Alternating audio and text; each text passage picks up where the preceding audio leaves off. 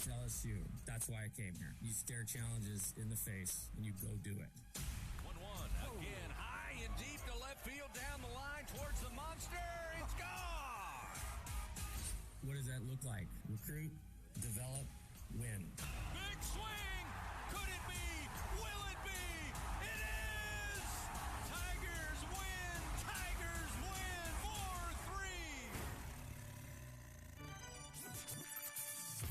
4-3! LSU Fighting Tiger Baseball is on the air. The pitch. Oh, strike three! Inside corner. Punched him out. This is exclusive live coverage of Fighting Tiger Baseball on the LSU Sports Radio Network. Space hit into right. Coming in to score is Pearson, and the Tigers take a 10-9 lead. Hey now! Brought to you by the 7 partners that represent Team LSU. Cox, the official communications provider of LSU Athletics. McDonald's, official sponsor of the LSU Tigers. Our Lady of the Lake, official healthcare provider of LSU Athletics. Albertsons, the official grocery partner of LSU Athletics. Hancock Whitney, the official bank of the LSU Tigers. People's Health, the official health plan of LSU Athletics. And by Coca-Cola, official beverage partner of the LSU Tigers. The powerhouse of college baseball plays here. This is LSU Fighting Tiger Baseball on the LSU Sports Radio Network.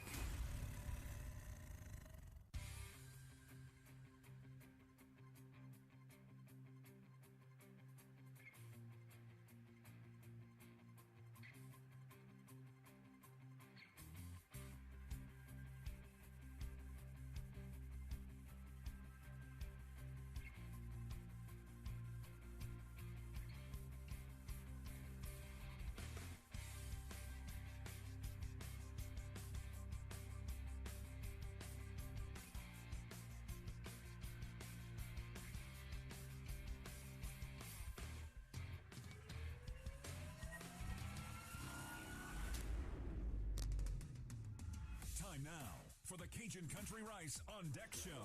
Cajun Country Rice. Rice from Louisiana farms to your table. Live coverage of LSU Fighting Tiger Baseball starts now. From inside the booth with the call of the game, here is the voice of your Fighting Tigers, Chris Blair. A windy Tuesday evening, but the weather is dry, and we are set for college baseball for this in-state matchup between the Grambling Tigers and your number 1 ranked Fighting Tigers of LSU. Hello, everybody. This is Chris Blair, along with Hunt Palmer here in the booth. Our straw stirring the drink back inside the Capital One studio.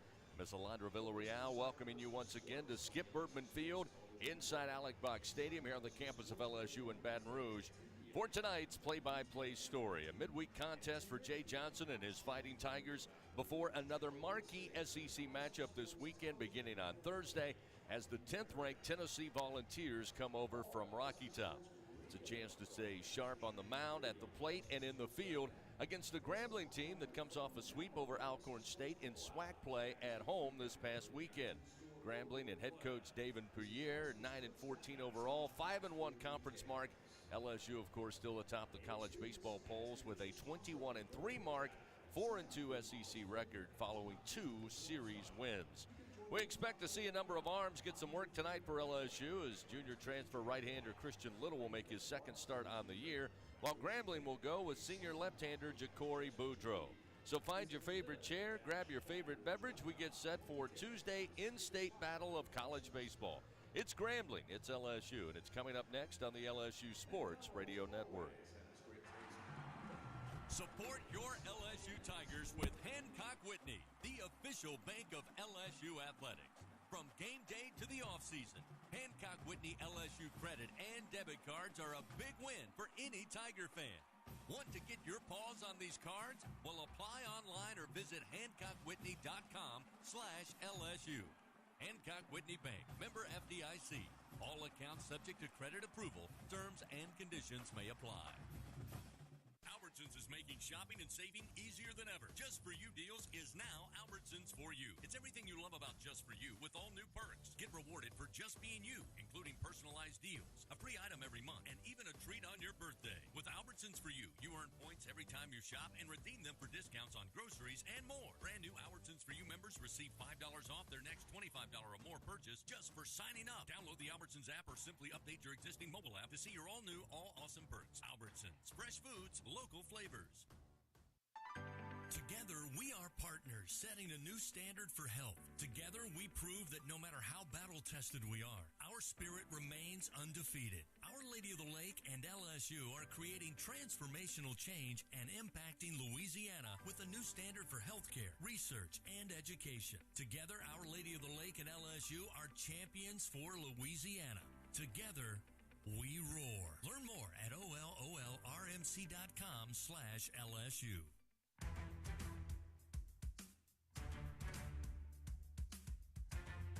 Getting you ready for the first pitch of LSU baseball. We continue on the Cajun Country Rice On Deck Show. Time now to talk with Tigers on the LSU Sports Radio Network. We're back here at the box, LSU versus Grambling, a midweek game for the Tigers, and we're joined now for Talking with Tigers by Coach Josh Jordan.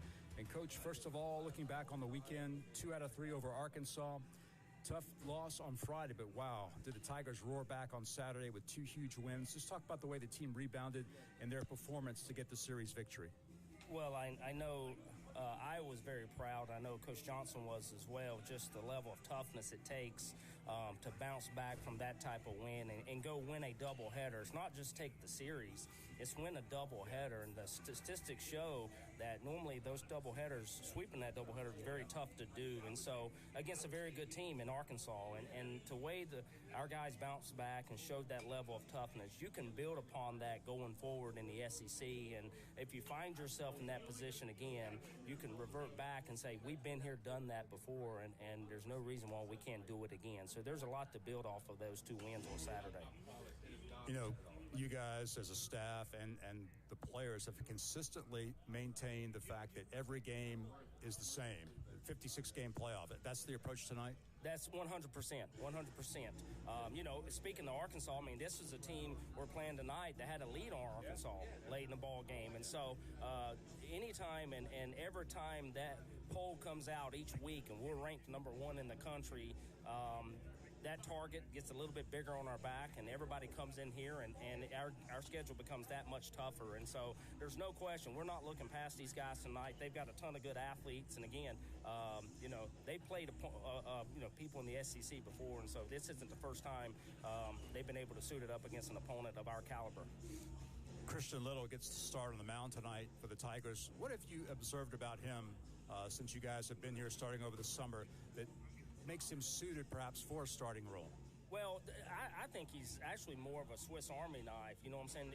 Because of what he can do on the mound and his level of athleticism and his competitive spirit, he can do a lot for you. You can go to him and say, hey, we need you to start on Tuesday, and then you can come back and have him close on a Friday night. Speaks to the volume of his versatility as a player, and obviously he's a guy that wants the baseball. You can see it in his eyes when he shows up at the ballpark every day on game day. And so I like his versatility. I think he's perfect for this team, and what he brings to the table. He really complements our pitching staff really well. All right, Coach, greatly appreciate it. Good luck tonight. Thanks a lot, Bill. Coach Josh Jordan with us, talking with Tigers. A lot more to come after this on the LSU Sports Radio Network. Adopt US Kids presents What to Expect When You're Expecting a Teenager. Learning the lingo. Jelly. Jelly adjective. Jelly is a shorter, better way to say jealous. As in, Chloe, I am like so jelly of your unicorn phone case. You don't have to speak teen to be a perfect parent. Thousands of teens in foster care will love you just the same. Visit adoptuskids.org, brought to you by the U.S. Department of Health and Human Services, Adopt US Kids, and the Ad Council. The passion, the tradition, the rivalries. SiriusXM is your destination for all things college sports, and we've got your school covered. On SEC Radio, there's complete coverage of every school in the conference, including live games, plus 24/7 talk and analysis. So cheer along online or on the SiriusXM app and listen to your favorite team anywhere. And now, as a college student, you can stream your first 3 months of SiriusXM for $1. Fees and taxes apply. See offer details and subscribe now at SiriusXM.com/SEC Sports. Put a frog in boiling water and it'll jump right out. But put a frog in cool water and slowly heat it up, that frog will boil. As veterans, we tell ourselves the lie that we can handle anything. We let the water boil. You are not a frog. If you or a veteran you know needs support, don't wait. Reach out. Find resources at va.gov/reach. That's va.gov/reach. Brought to you by the United States Department of Veterans Affairs and the Ad Council. We are back on the Cajun Country Rice On Deck Show with LSU Fighting Tiger baseball on the way. First, time to take a trip around the SEC on the LSU Sports Radio Network. Well, heavy rains early overnight and this morning, but clearing up now, mostly blue skies, a few clouds in the area. A little breezy here at the ballpark, swirling winds. We'll keep an eye on that as we head through tonight's game. We get you ready for Grambling and LSU here at the box. Fans, Our Lady of the Lake, proud to be the championship health partner of LSU. Together, Our Lady of the Lake and LSU, champions for Louisiana.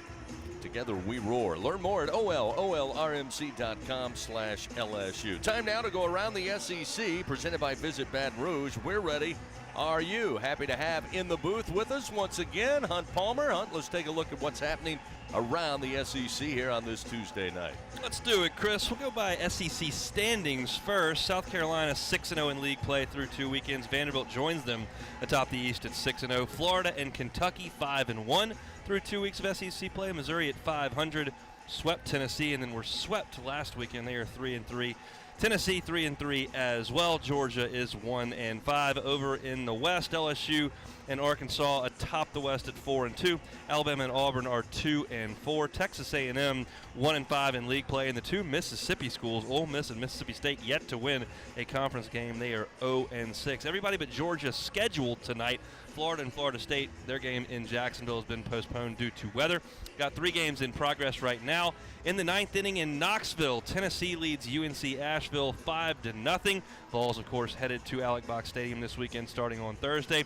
Kentucky is in Bowling Green, Kentucky, to take on Western Kentucky, and they trail 3-0 to the Hilltoppers in the top of the 5th inning. Top of the 1st over in College Station, big one in the Lone Star State. Number 21 Texas and Texas A&M just underway in the top of the 1st, and Lipscomb and Vanderbilt are underway in Nashville. That game is scoreless. Alabama and Middle Tennessee just started up in Madison, Alabama. Ole Miss is in Pearl, Mississippi, to take on Southern Miss. Samford and Mississippi State will do battle at Dudy Noble in Starkville. Omaha and Arkansas up in Fayetteville. It'll be Auburn and North Alabama from Auburn. South Carolina is in Charleston to play the Citadel. And Missouri will play Illinois. That game in Sauget, Illinois. That's your look around the SEC. All right, thank you, Hunt. Again, presented by Visit Baton Rouge. We're ready. Are you? They're getting the field ready. Both teams look ready to go, leading you up to first pitch just after 6:30. Again, fans have the right equipment to take on any job linked to the land. Visit Sunshine, your hometown John Deere dealer in Louisiana, at sunequip.com. Coming up next, as we lead you up to first pitch, Hunt Palmer will take a look at the starting pitchers for both Grambling and your Fighting Tigers. Back after this on the LSU Sports Radio Network. When it comes to investing in your home's comfort, it's never just one thing. You want to make sure you get an air-conditioned system that's reliable, affordable, energy efficient, backed by a strong warranty, and is installed by a dealer you can trust. That's why people who insist on the best choose Trane. Plus, right now, Trane is offering special financing. So what's not to love? Visit TraneSouth.com to find a local Trane dealer today. It's hard to stop a Trane. Subject to credit approval. Ask for details. Hey, Baton Rouge, don't go to just settle for boring old frozen pizza for dinner. Head over to Fat Boys Pizza, where size matters. Come check out their large pies that measure 30 inches across, but the number scarcely does it justice. When you see their 30-inch pie, your whole world got smaller, and your idea of pizza got bigger. From delicious pizza choices, chicken wings, garlic knots, and so much more, stop by Fat Boys Pizza, located on Nicholson Drive in Baton Rouge, or visit them online at eatfatboyspizza.com. Hey, Tiger fans 12 and younger, don't miss your chance to be a part of Mike's Kids Club. presented by Shell, the exclusive kids club of LSU Athletics. Join Mike's Kids Club for only $25. Get the official Mike's Kids Club t-shirt, free admission to select LSU athletic events, and much, much more. To learn about upcoming events and to join, please visit LSUMKC.com. The Mike's Kids Club, presented by Shell.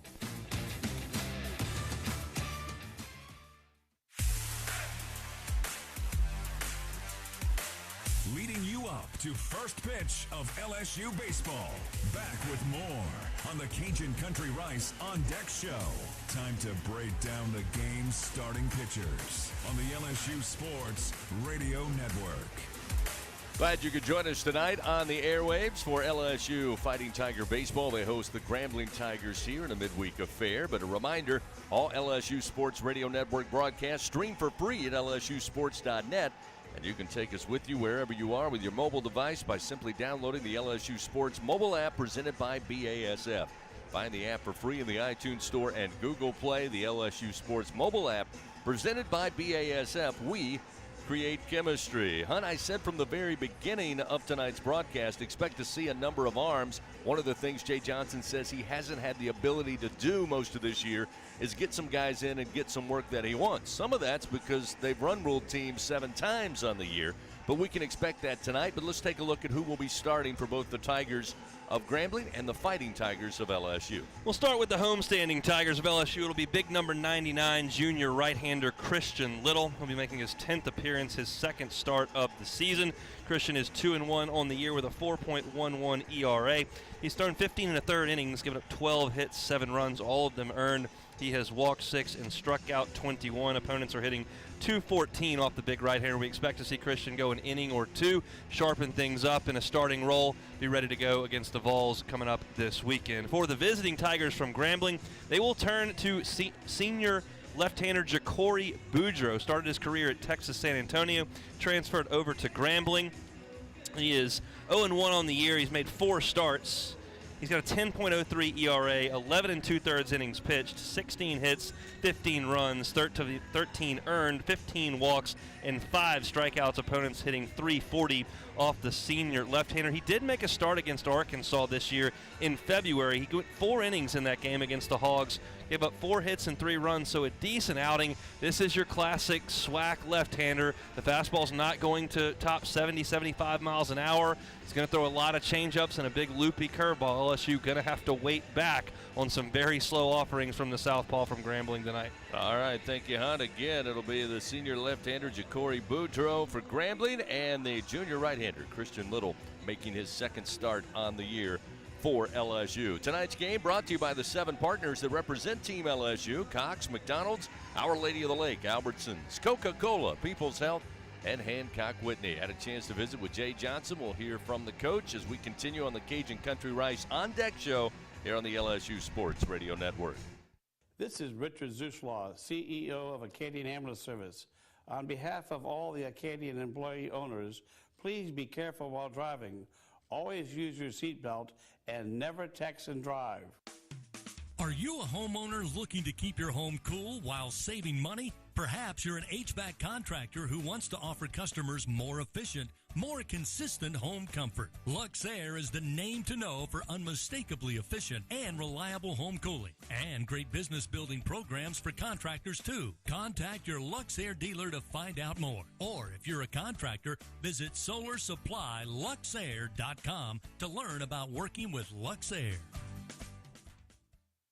The LSU Tigers excel due to great preparation, talent, and execution. Those same principles are what make National Trench Safety the leader in the trench safety equipment industry. National Trench Safety is recognized across the country as the trench and traffic safety specialist, supporting the equipment rental and engineering needs for the refining, chemical, pipeline, power, transportation, and municipal market. Visit ntsafety.com today for more details. Remember, if it's in the trench, over the trench, or around the trench, National Trench Safety has you covered. Go Tigers! Tigers are your team, and Super One Foods is your grocery store. They offer super low prices from the moment you walk in their door, starting with the hottest deals on their famous wall of values. You'll get super savings on fresh produce, meat cut fresh daily, and all of your favorite brands throughout the store. Shop Super One Foods online or in store for super low prices on game day and every day. Go Tigers and go Super One Foods. This is Richard Zuslaw, CEO of Acadian Ambulance Service. On behalf of all the Acadian employee owners, please be careful while driving. Always use your seatbelt and never text and drive. As we continue on the Cajun Country Rice on Deck Show, it's time to visit with the top Tiger. This visit with LSU skipper Jay Johnson, presented by Hancock Whitney, the official bank of LSU Athletics, on the LSU Sports Radio Network. Back here at the box here on this Tuesday, getting ready for the midweek affair. The Grambling Tigers coming down to take on your Fighting Tigers of LSU. Head coach Jay Johnson joining us before first pitch. And Coach, this is another important week. Seems like I say that to you every week, but you start here tonight against a Grambling team that's had some recent success leading into another big SEC weekend. Yeah, it's the most important game because it's the next game, and this team has done a really good job of respecting each one as they come along, and we'll need to do that tonight and get us off to a good start for a big week. I know last night on your radio show you shared with me Christian Little was going to get the start. We certainly have become accustomed to him coming out of the bullpen late in contests. What's the mindset here? What do you want to see from Christian? So I'm to execute pitches, get us off to a good start. This is a team that typically has a good first inning, and he'll probably only go a couple innings max, and then we'll get the ball to some other guys.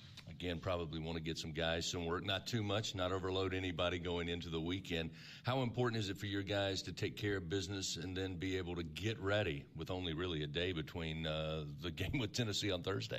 Yeah, it's important. We caught a little breather with a doubleheader Saturday, getting Sunday off. Got a good prep day in yesterday, but then it's a quick turnaround where you only get that one practice tomorrow and be ready to go on Tuesday night. So anything we can do to kind of accelerate, getting this one, done the right way and then move on to the next is a good thing. Obviously, we come into these midweek games, there's opportunities for guys out of the bullpen to get a couple of innings of work, get some action. From a lineup standpoint, do you look at this game at all, getting some guys maybe some time we haven't seen of late?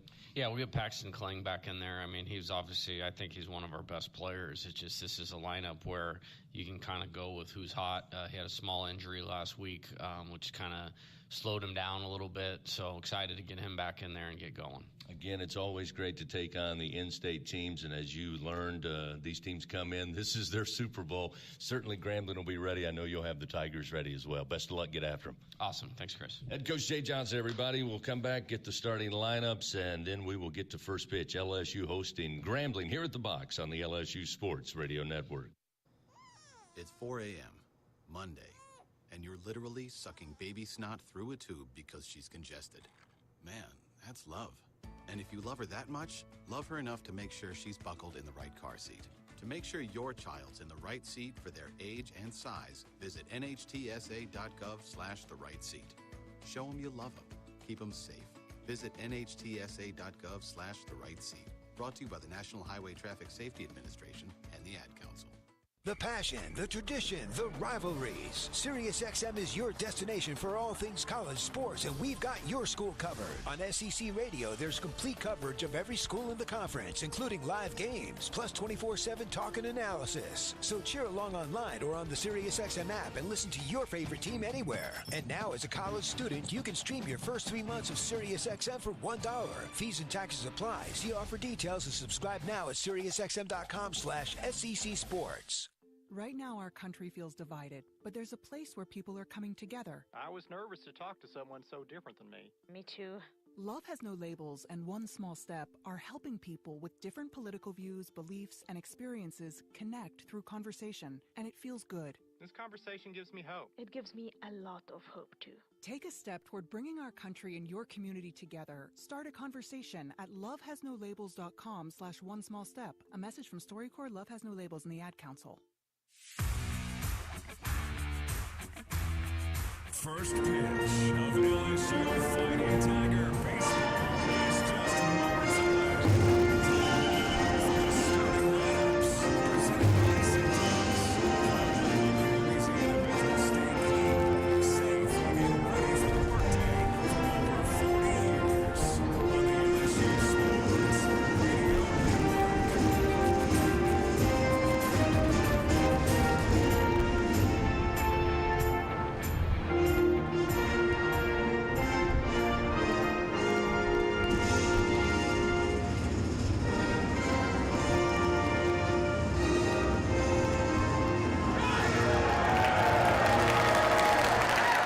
hear the national anthem prior to first pitch tonight, Grambling and LSU. Let's take a look at that Cintas starting lineup. First for Grambling comes in 9-14.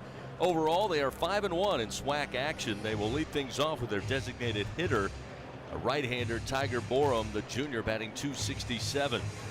Nasir Frederick will be in right field. The sophomore will bat second. In left field, Trevor Hatton will bat third, a sophomore hitting .299. Cameron Buford will be at third base. He'll be the cleanup hitter with a .355 average.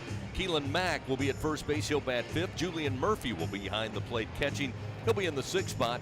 Jose Vargas, the second baseman, will bat seventh. Keeney Jacobs-Gashard will be the shortstop. He's a sophomore batting an even .500. Only 4 at-bats on the year. Terry Burrell III will be in center field. He'll bat ninth. For Grambling, a sophomore hitting .229. Now for your Fighting Tigers of LSU. Again, 21-3.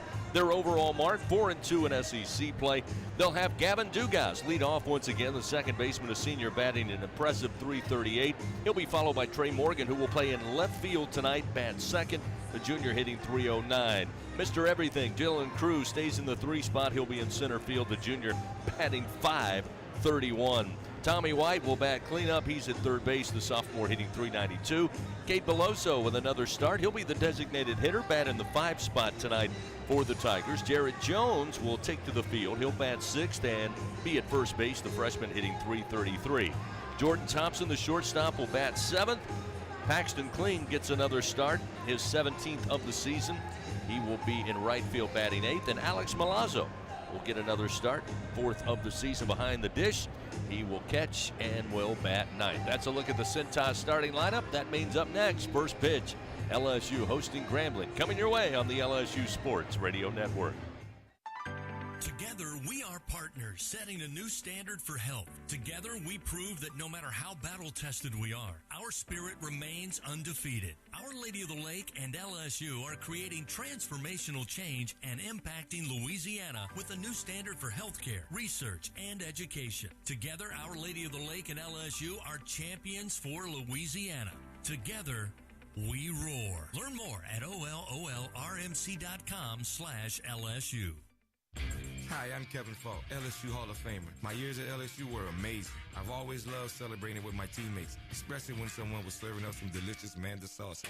For a lot of Tiger fans, it's just not game day without Manda in the mix. Serving top quality sausage and original seasoning is Manda's strong side. But it's not Manda's flavor that's always got me running back for more. You get it? Running back for more. After 75 years, the flavor still says it all. Manda Fine Meats, the official smoke sauce of LSU Athletics. Y'all feeling lucky? Luke Combs here with the new Living Lucky with Luke Combs Scratch-Off. It's your exclusive opportunity to win the Living Lucky with Luke Combs prize package. You'll join me in Nashville for a private concert at the Ryman Auditorium in 2024. Or one lucky winner will have the chance to walk away with $500,000.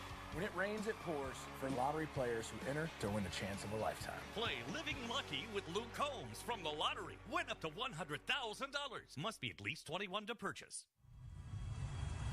17 SEC championships. The flag 5 R's in the pitch. 34 NCAA tournament appearances. Swung on the hit the right field. Way back there. Way back there. 18 trips to Omaha. 6 national titles. The powerhouse of college baseball.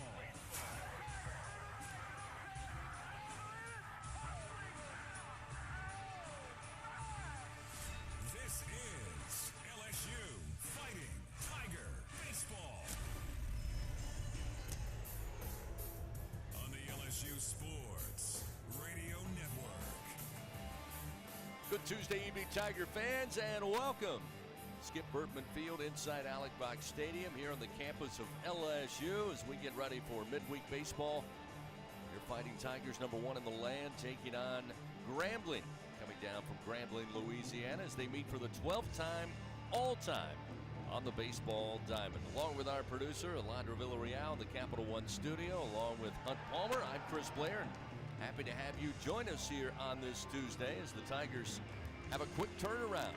Again, got an extra day on the front end of this week after playing 2 on Saturday, having Sunday off, getting back to work yesterday, and then taking on Grambling tonight. Tomorrow they'll do some work and get ready for Tennessee to start an SEC series, third of the year, second here at home, beginning on Thursday, again with 3 games, Thursday, Friday, and Saturday.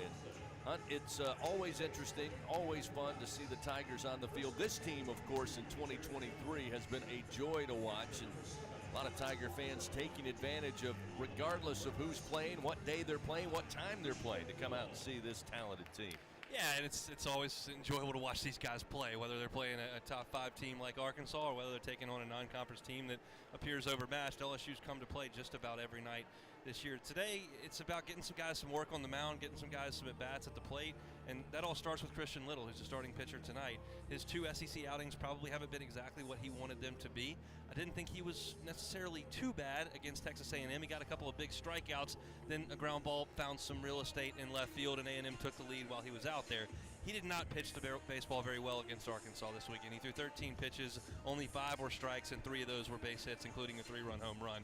This is about getting him out there in a controlled situation, not a situation late in the game with runners on base. He's got a clean inning to work from. He's going to pitch the first, maybe second inning of this game. Got to throw strikes and dominate a team that is a little bit overmatched. Little taking his final warm-up tosses. Time for your game day weather report, brought to you by AccuTemp. Chance of power outages never. If you get a whole home generator from AccuTemp, keep the power in your hands. Again, some loud storms overnight and early this morning, but clearing out of Baton Rouge, and we have sunshine as we head towards sundown. Currently 72 degrees. Stiff breeze here at the box. Probably finish up tonight, be in the upper 60s by the time we are done. Designated hitter Tiger Borum will lead it off. The junior hitting .267, left-hander in the lineup as Christian Little looks in. He's ready to go. He'll wind and fire. We are underway. Swing and a miss with a fastball at 95. Time of first pitch 6:32. Happy to have you along the radio network and of course on SEC Network Plus tonight. Taking in this feline battle between the Tigers. Here's one slap foul down the first base line off the bat of Borum. And he falls behind a little, 0-2. Wind currently blowing left to right as we look at the flags high above the batter's eye in center field. Borum trying to battle now, down in the count. Little delivers. Able to hold back, pitch high and inside. 1 ball and 2 strikes. Jay telling us in the clubhouse before the game exactly what you just said on. Chance to start clean for Christian Little, try to get some confidence, maybe pitch an inning or 2, and here's a soft liner base hit by an outstretched arm of Jordan Thompson trying to get to it, and Borum with a 1-2 count able to get the leadoff man aboard for Grambling. Little started the game the way he wanted to. He got ahead of the Grambling leadoff hitter, but was unable to put him away. Left that fastball right down the middle of the plate. Borum put a very quick, short stroke on it and slapped it into center field for a base hit. Nasir Frederick now stands in, a right-handed hitter, batting .205 on the season, making his 18th start, 19th game overall on the year for Frederick. Showing bunt, Little from the stretch, checks the runner, takes his time, and now will turn and throw over to first. Getting back safely is Borum, who's 8 of 11 in stolen bases on the year. Coach Johnson also telling us that when you look at the success for Grambling this year, it's come in the early innings. Again, it doesn't help when you give up the 1-2 count base hit soft liner to left center. Now they got a runner aboard with plenty of speed. Again, showing bunt. This one straight up in the air. Foul first base line. Milazzo, Jones, and Little trying to get to it, but it falls harmlessly to the turf. It's 0-1 to Frederick. Yeah, Frederick showing bunt very, very early. He did on the throw over to first. He did on that play. LSU is ready for it. Tommy White playing significantly inside of third base, but that one just got the barrel down and it popped up foul. Nothing LSU could do. Just fell safely. So 1-1 your count. 0-1 your count. So Little back on the bump. Again, Borum takes his lead, extends it slightly off of first. Again, squared to bunt is Frederick. Here's the pitch from Little, and again, foul first base side on a fastball a little above the belt. Will make the count 0-2. Well, early Christian Little is finding the strike zone. That is something he struggled with a little bit back over the weekend against Arkansas. So that's a good start, but you got to put guys away when you get 2 strikes. Wasn't able to do that against Borum. We'll see if he can against Frederick. So Frederick looks to be swinging away here with the 0-2 count. Little again checks the runner, now to the plate, and it's fouled back into the screen to stay alive. Still 0-2. Went with a fastball there, and it looked like it was over the plate, not trying to waste one there, and Frederick was exceptionally late on it, but did get the barrel to it.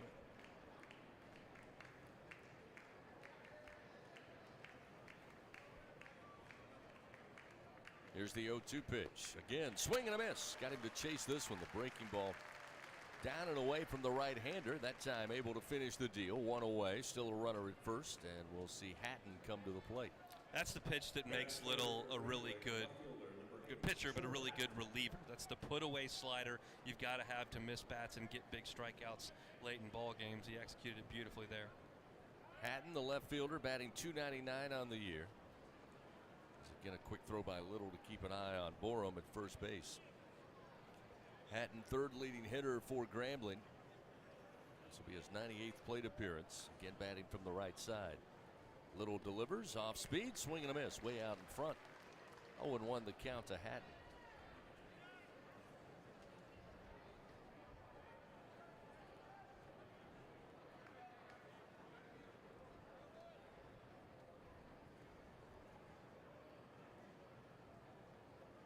With one away, Little taking his time. One on the pitch clock. He delivers. Missing outside and low. 1 ball and 1 strike. Curious to see if Grambling doesn't put Tiger Borum in motion at some point. He's got 8 steals, as you mentioned, and they were obviously going to sacrifice the 2-hole hitter, but that was a strikeout, so we'll see if they try to get a little bit more aggressive on the base pass. You wouldn't figure they plan to string 4, 5, 6 hits in an inning together against LSU's pitching. Borum again takes his lead off of first, and looks like he's going, but stays put, and there's a swing and a miss. Drops off the table to Hatton. He falls behind 1 and 2 now to Christian Little.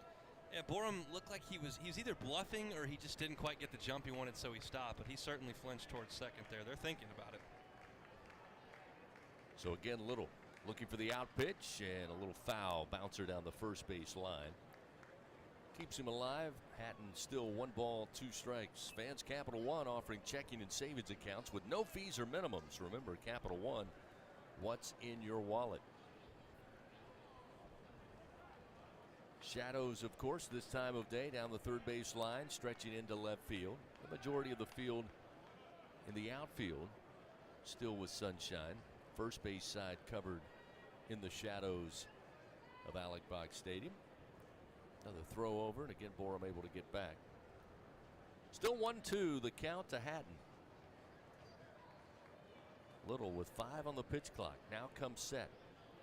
Delivers, swing and a miss. Up and in, off speed, and Hatton couldn't stay away. A strikeout, second Super One Food strikeout for Christian Little. Couldn't find the out pitch to the leadoff hitter, but bounces back nicely, Hunt, the last 2 at bats. I don't know if that's exactly where he wanted to locate that one. It kind of hung down the middle of the plate, but because he throws so hard and these Grambling hitters are so keyed up to see something they don't see quite that often, swung through it. He'll take it.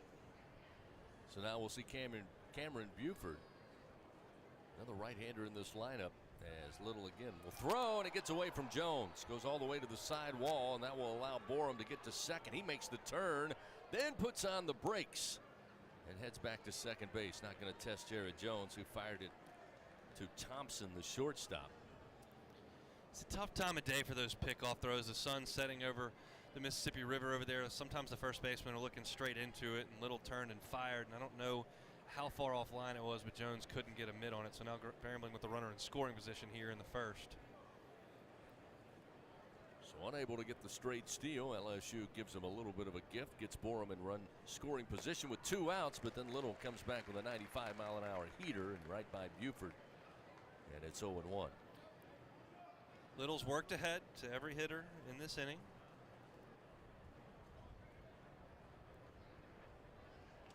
Buford leads this Grambling team, batting .355. He'll watch this one miss low. Evens account 1-1. This will be his 94th plate appearance on the year, batting .500 with runners in scoring position, .368 with 2 outs in the inning. So Little going to have to work here against a good hitter in Buford. Grambling can't hit a little bit. They scored up in Fayetteville, just weren't able to get the Hogs out enough. Runner at second, 2 down, top of the first. Little looks to second, looks again. Now from the stretch, fires. There's a strike. Fastball at 92. Buford offering no swing. It's 1 ball, 2 strikes. Little ahead again. Tiger Borum's doing a lot of taking off. He's doing a lot of dance. The key for tonight for Christian Little is to develop some confidence. If he can execute a 1-2 pitch here and get another punch out in this inning, I think that would do a world of good for him. Already 2 strikeouts after giving up the leadoff hit to Borum at second base. Here's the 1-2, high and inside. That'll even the count 2-2. Now you've raised that eye level and showed that 94-mile-an-hour fastball. I think it's time to go back to his best pitch, which is the breaking ball, and hopefully he can execute it right here. Saw it earlier against the previous right-handed hitter. The 2-2 hit in the air by Buford to center field, but Dylan Cruz back a couple of steps, waits on it. He'll have it for out number 3. So Grambling finished here in the top of the first. No runs, 1 hit, 1 error against the Tigers.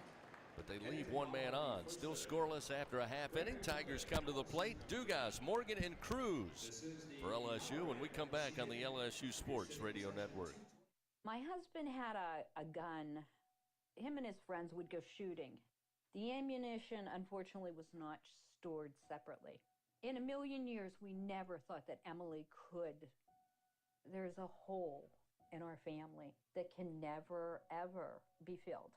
63 Americans a day die by gun suicide. With safe gun storage, we can give our loved ones a second chance at life. Learn more at endfamilyfire.org. Brought to you by Brady and the Ad Council. The passion, the tradition, the rivalries. SiriusXM is your destination for all things college sports, and we've got your school covered. On SEC Radio, there's complete coverage of every school in the conference, including live games, plus 24/7 talk and analysis. So cheer along online or on the SiriusXM app and listen to your favorite team anywhere. And now, as a college student, you can stream your first 3 months of SiriusXM for $1. Fees and taxes apply. See offer details and subscribe now at SiriusXM.com/SEC Sports. When you went car shopping, you meant business. You ace vehicle history searches and test drives. You out-salesman the salesman. Now you've got your wheels. If you manage that, you can get your retirement plan on track. Visiting aceyourretirement.org can help. With 401k tips and smart saving strategies, you'll have the info you need to get more for your future. Go to aceyourretirement.org, because when it comes to speeding past financial challenges, you're an ace. Brought to you by AARP and the Ad Council. Back to the action of LSU Fighting Tiger Baseball on the LSU Sports Radio Network. Bottom of the first inning, LSU coming to the plate for the first time tonight. Christian Little gave up the leadoff single. An errant throw on a pickoff attempt. Got the runner to second, but that's as far as they would get. Strand that runner. And we still have a scoreless game as Gavin Dugas will lead things off for the Tigers. Dugas followed by Morgan and Cruz. Dugas batting .222 against SEC competition, .338 for the year overall.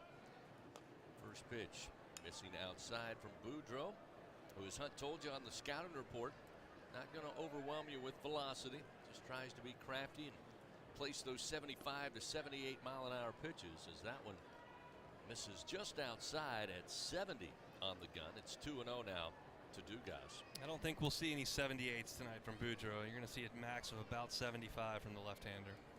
2-0 pitch. There's a strike on the inside corner at 72, and it's 2-1 to Dugas, who's batting .500 in the leadoff spot.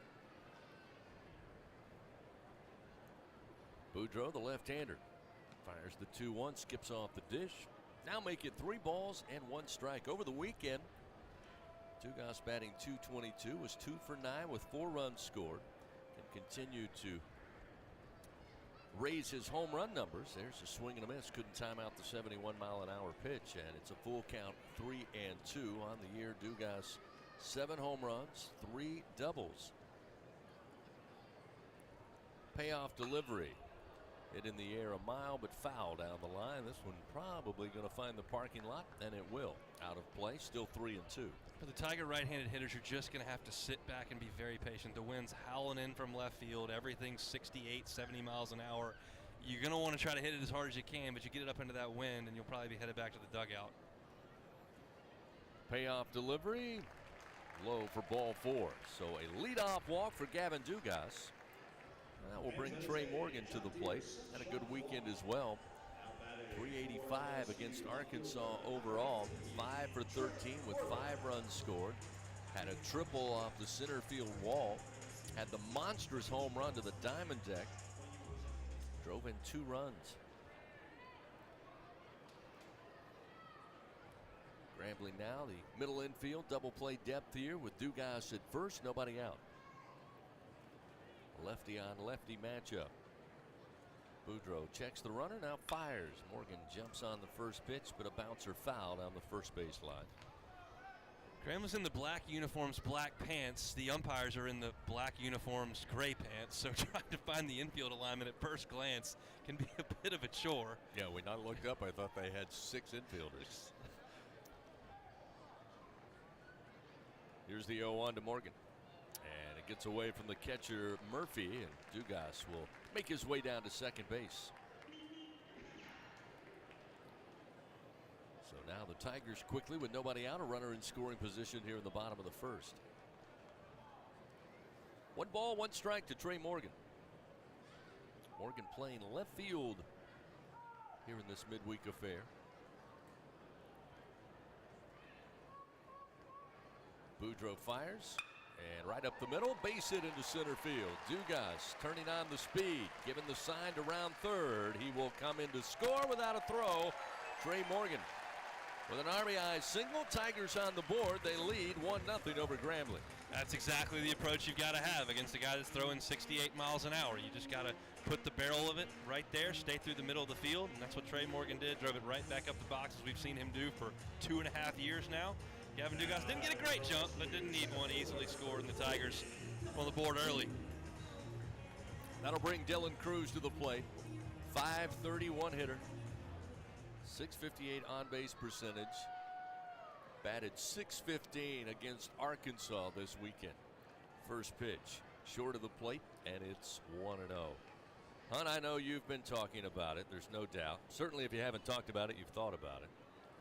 We've talked about it a bunch here on the broadcast. Bill Frank has sent ripples through the LSU baseball world as Cruz jumps on this, and his hit streak continues. Base hit to left field. Morgan will pull up at second. Runners first and second now with nobody out. Bill Frank has had me nearly put my Jeep in the ditch leaving the ballpark on Saturday. Just unsolicited said to Coach Jay Johnson, best LSU baseball player he's seen in the purple and gold overall. What say you? I've said it for a year and a half now. It's just remarkable, and he's putting the statistics up to back it. It's amazing how easy he makes everything look, and it's not easy. So now Tommy White to the plate. Had a big day on Saturday for LSU, and the first pitch low and inside, make it 1-0. You think about Cruz, he faces Brody Breck from Iowa throwing 102 miles an hour with a 92 mile an hour slider. He walks twice. He faces this left-hander who throws 68 miles an hour and rips it into left field for a hit. There is no weakness. Runners first and second. Here's the 1-0 to White. Loads the bat, stays away, and it's a called strike at the letters. Make it 1-1.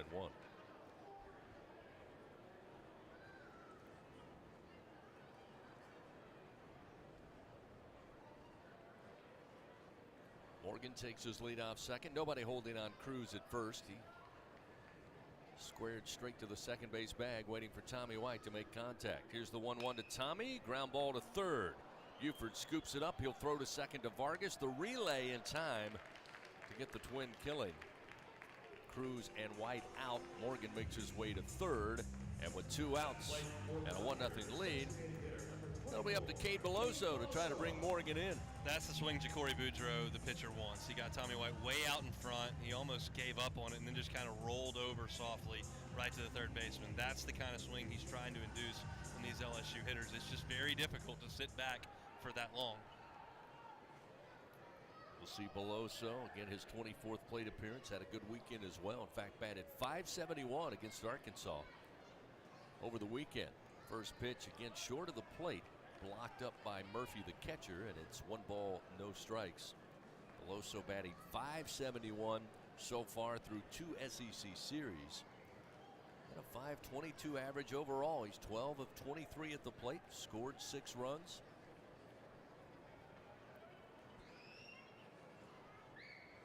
One and 0 the count to the left-hander.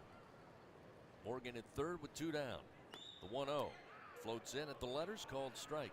1-1. I think a lot of people would look at this Corey Boudreaux start against LSU and say, well, there's nothing of value in this for LSU to face a guy that throws 70 miles an hour.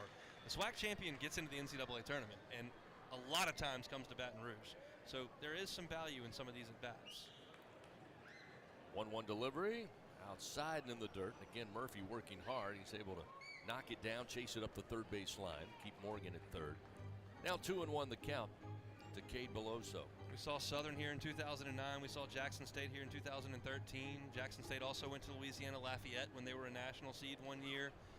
It's not every year, but it does happen, and Grambling has done a really nice job in their conference thus far.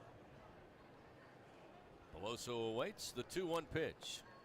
Misses outside. That'll make it 3-1.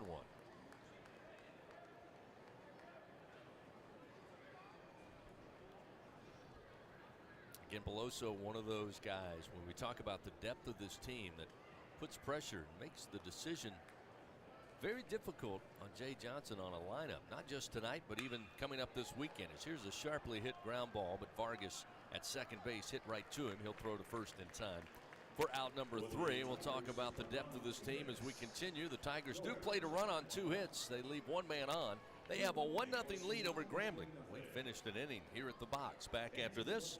This is Fighting Tiger Baseball.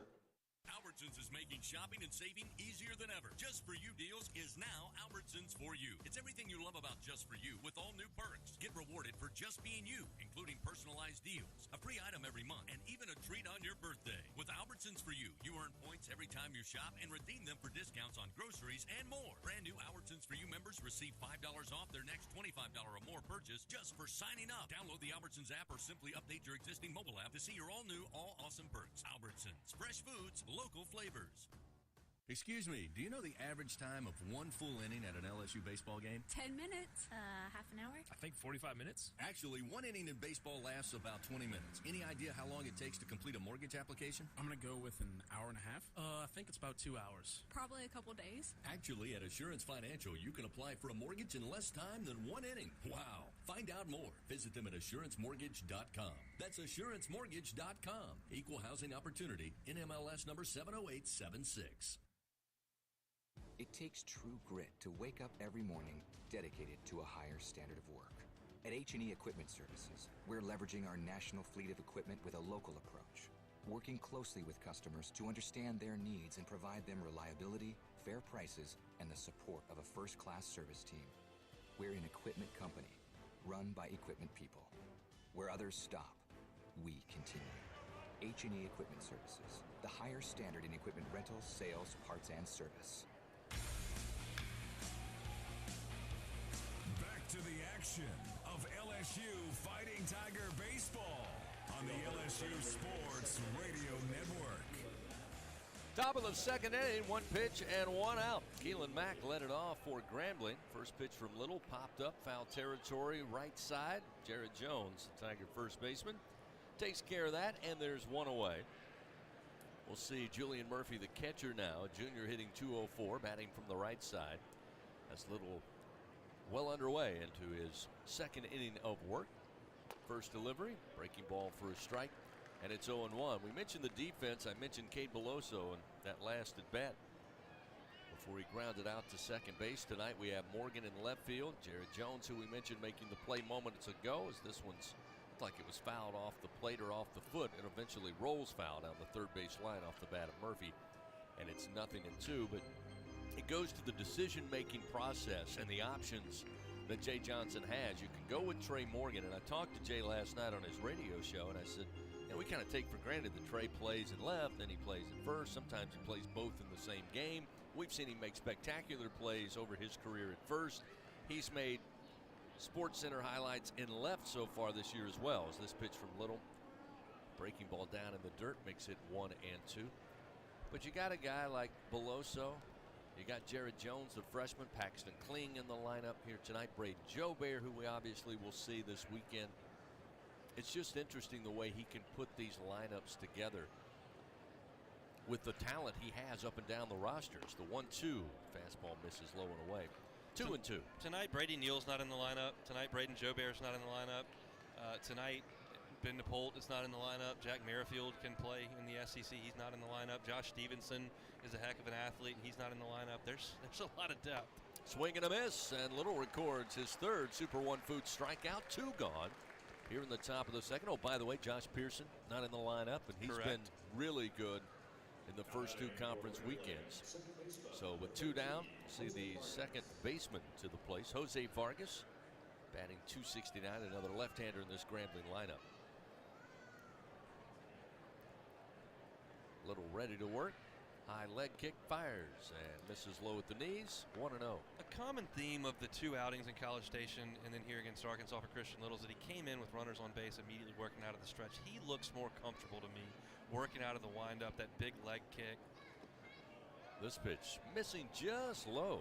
Make it 2 balls, no strikes to Vargas, who hails out of Charlotte, North Carolina, making his way to Grambling. Christian looks in. Again, winds the 2-0 pitch. That one right at the knees and across the plate. Make it 2-1.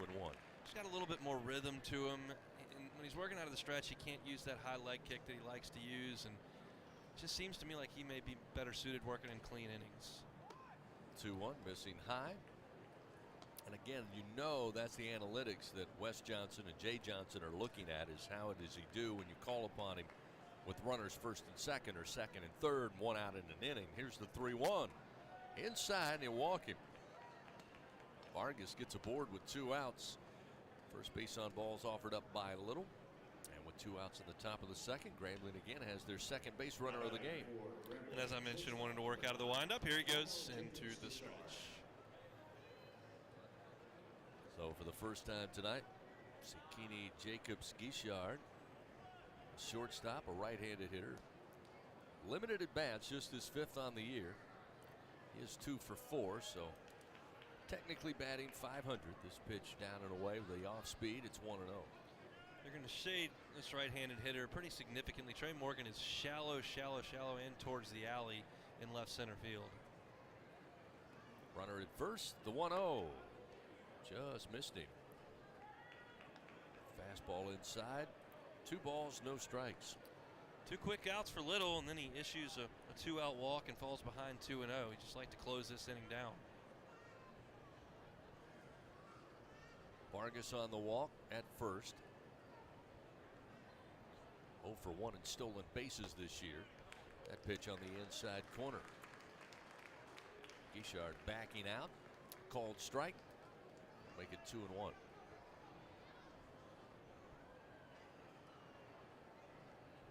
Little again from the stretch. Peers over his left shoulder to first. Now the 2-1 pitch. Took a moment, but they'll call it a strike at the knees. 2 balls, 2 strikes now to Jacobs-Guichard. All right, Christian, your best pitch here. 2 outs, runner at first. Little. The 2-2 delivery. Foul back into the screen.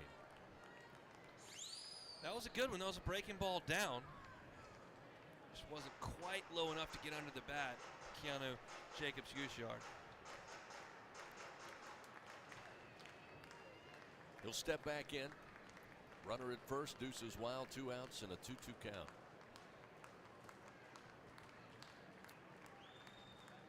Little now will soft toss over to first to get Vargas back to the first base bag. Yeah, the first one over there was about 82 miles an hour. That one was about 60 miles an hour. We weren't going to throw it down in the bullpen again.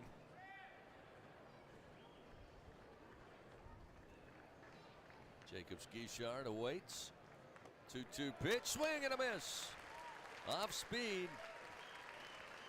Nowhere close with the bat. 4th strikeout for Christian Little. Another Super One Food strikeout. And LSU able to keep a 1-0 lead. No runs, no hits. One man left on for Grambling. We go to the bottom of the second. 1-0, Fighting Tigers. This is Fighting Tiger Baseball.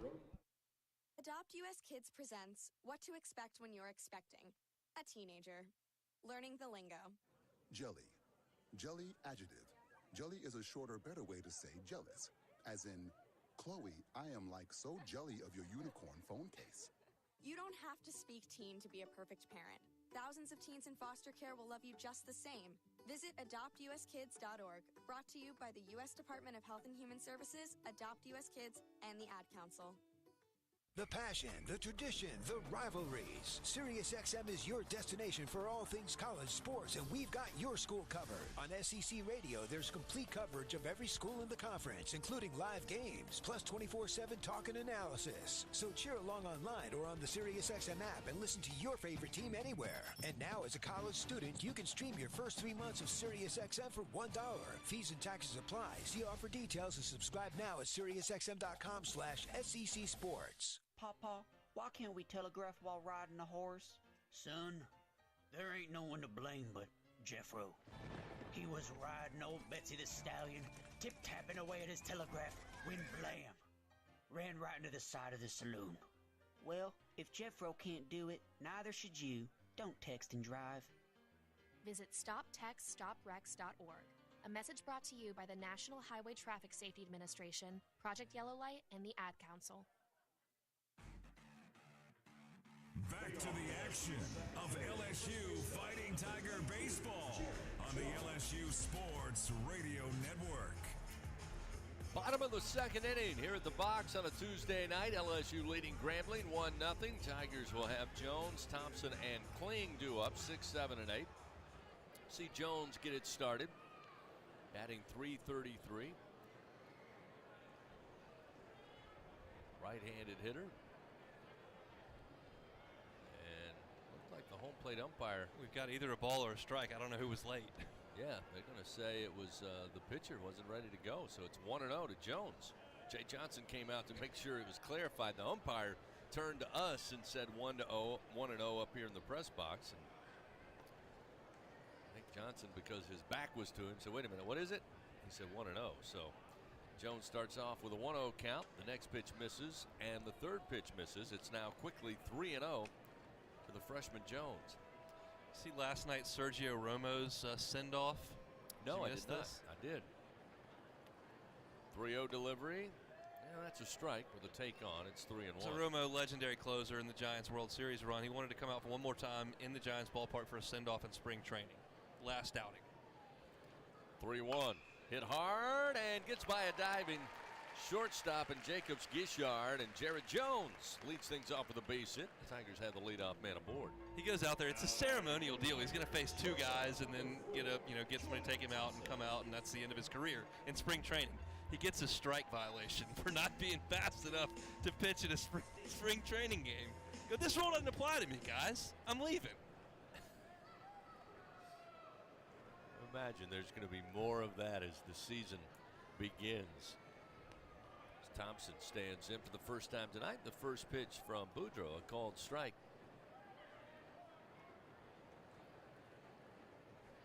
Jones down at first. Thompson, a .291 hitter. Waits on the 0-1, down in the dirt. Again, Murphy able to knock it down, keep it in front of him. It's 1 ball and 1 strike. Speaking of Romo, he became a legendary closer and throwing about 89, 90 miles an hour because his slider was so good. Well, Wes Johnson worked with him in Minnesota, and that's one of the guys Paul Skeens has talked about. Wes Johnson, this is how Sergio handled things. It's one of the best sliders in the big leagues, and there's a reason it's a pretty good asset to have in your dugout. No doubt. 1 ball, 1 strike. Way outside, missing to Thompson. 2-1. Checking scores around the SEC. We told you Tennessee was leading UNC Asheville. That game now final 5-0. The Vols with the shutout victory. Pack your bags, boys.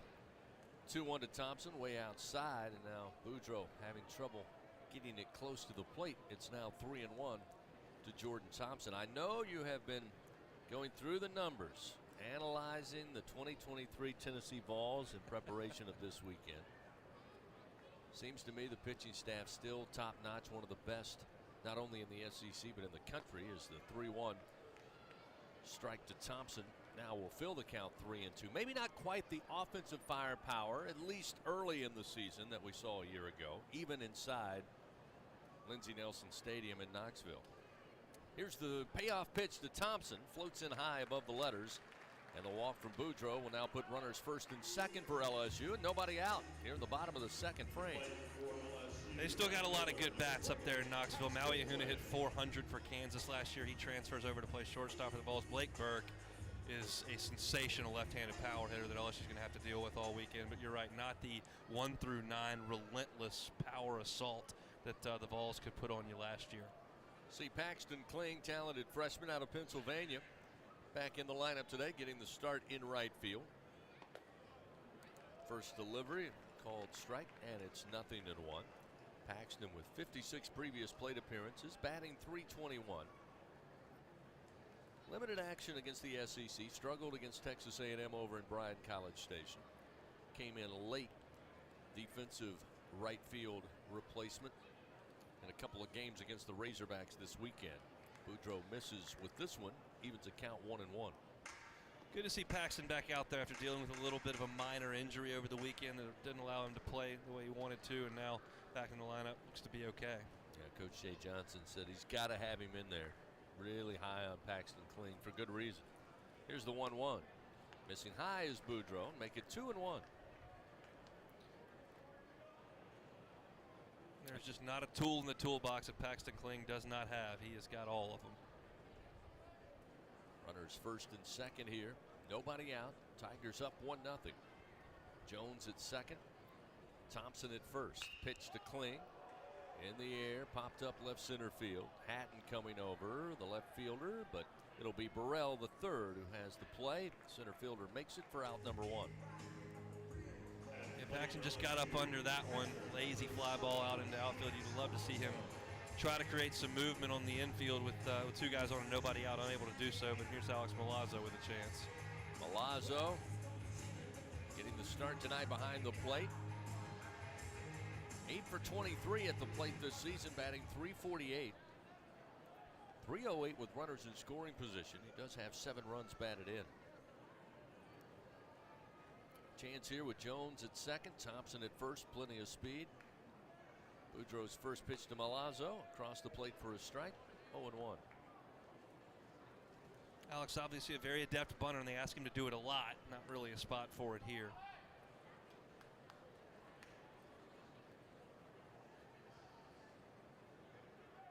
Boudreaux checks the runner at second. Now the 0-1 to Milazzo. Upstairs and outside.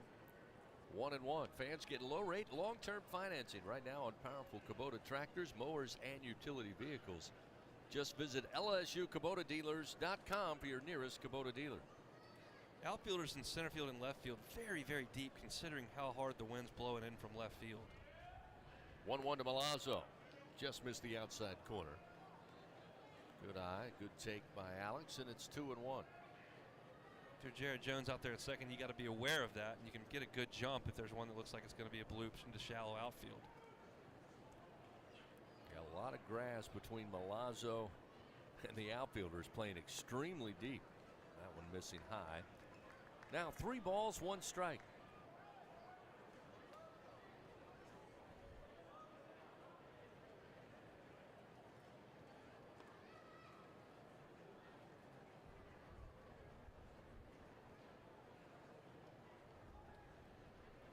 First and second, the 3-1. Strike at the letters. That'll fill it up now. Alex will be ready to swing. Wouldn't be surprised me at all if that was a called take there. I want to make him throw 2 strikes in a row. I don't want to give Grambling anything here early in this game. Yeah, it really looked like it. Alex had the bat on the shoulder. You don't have to worry about him blowing it by you here. So now he looks ready. Runners go. Pitch way upstairs. Ball 4. That's going to load the bases now with 1 out. And to the top of the order we go. It'll be Gavin Dugas. And before that, Julian Murphy going to go out and visit with Ja'Cory Boudreaux on the mound here. What do you think the key matchup is beginning on Thursday when you look at LSU, their talent against Tennessee? As Jay said, Coach Vitello has done as good a job as anybody in the country in recruiting and building that program. rubber meet road between the Vols and Tigers. You're going to see roughly $14 million worth of signing bonus on the mound on Thursday night between Dolander and Skeens, and that's what everybody wants to see. But I think for LSU, it's how well did Ty Floyd and Thatcher Hurd match up with two future first-rounders in Chase Burns and Drew Beam and holding them down. Obviously, LSU's lineup's going to have to see those guys, but LSU's starters are going to have to go inning for inning with them as well. It's going to be a great test. One out, bases loaded. 1-0 LSU leads. Chance to open it up here as Dugas comes to the plate. First pitch, called strike. Dugas had ideas, thought it might ride in a little high, stayed away, and it's 0-1. Jones at third, Thompson at second, Milazzo down at first base. The 0-1 to Dugas, way upstairs, 1-1. Gavin here, you don't try to do too much. Can't get one up into that breeze and have it get knocked down. You just want to try to drive something low and hard somewhere.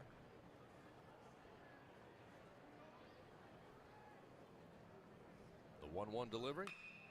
In the air to left field.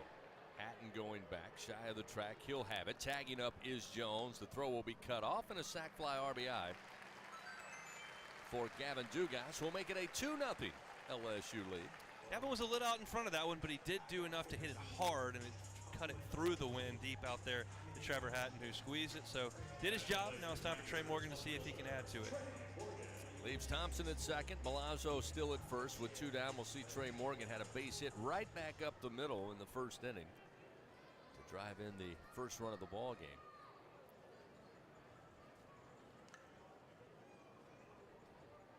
th run batted in of the year.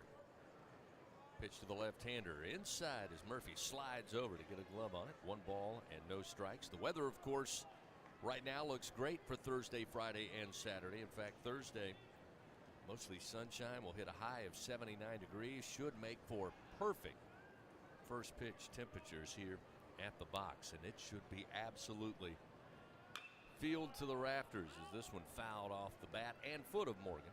Rolls up the first base line as he now bends over and tries to work out the pain. Is that one going to smart just a bit? It's 1-1 to Morgan. I can't think of a regular season series more anticipated than this one. Texas A&M and LSU were 1-2 in the country in 2015, which was a big one. But this one feels bigger because of what Tennessee did last year, because of their coach, because of the Super Regional a couple of years ago, because of the Thursday night starters. It has all the ingredients. Just a monster regular season weekend. They ought to get well over 30,000 over 3 games. Boudreaux going to turn and throw back to second. Thompson easily back to the bag. Yeah, LSU had to make those 2 trips in 21. Regular season 3-game series, and of course the Super Regional after great play in Oregon by the Tigers. Here's the 1-1. This one hit to center field. Playing deep was Burrell, but on the run he's able to get to it in time for out number 3. But the Tigers add to their lead. 1 run on 1 hit. They leave 2 men on. We go to the top of the 3rd. LSU leading 2-0 over Grambling. This is Fighting Tiger baseball. When you open a crisp, cold Bud Light, you know game day is here. You owe me $5. We mean every sound. Enjoy responsibly. 2022 Anheuser-Busch Bud Light Beer, St. Louis, Missouri. It's good to be able to make a change, to never feel stuck. That's why at Cox, we're making a change too. Now Cox internet plans are flexible, so you can choose to just go with internet, add TV tomorrow, or home automation down the line. It's easier than ever to get just what you want and nothing you don't. Flexible plans from Cox. Change anytime. No commitments, no penalties. See for yourself at cox.com/internet. Additional services can be added at then current regular rates. All services subject to residential customer service agreement and acceptable use policy. Restrictions apply. Y'all feeling lucky? Luke Combs here with the new Living Lucky with Luke Combs Scratch Off. It's your exclusive opportunity to win the Living Lucky with Luke Combs prize package. You'll join me in Nashville for a private concert at the Ryman Auditorium in 2024. Or one lucky winner will have the chance to walk away with $500,000. When it rains, it pours for lottery players who enter to win the chance of a lifetime. Play Living Lucky with Luke Combs from the lottery. Win up to $100,000. Must be at least 21 to purchase. When you open a crisp, cold Bud Light, you know game day is here. You owe me $5. We mean every sound. Enjoy responsibly. 2022 Anheuser-Busch Bud Light Beer, St. Louis, Missouri. Back to the action of LSU Fighting Tiger Baseball on the LSU Sports Radio Network. Back here at the box, LSU scoring a run in the bottom of the first, another in the bottom of the second. They lead 2-0 over Grambling in this midweek affair. This is the 12th meeting all time. LSU winning the previous 11 meetings as Grambling comes to the plate. We'll see Terry Burrell, the third, bat for the first time tonight, sitting in the 9th spot, 229 average. And Blake Money taking over on the mound for Christian Little, who got the start for Jay Johnson and LSU. First pitch for Money, a called strike. 0-1 to Burrell. Money's 7th appearance on the season.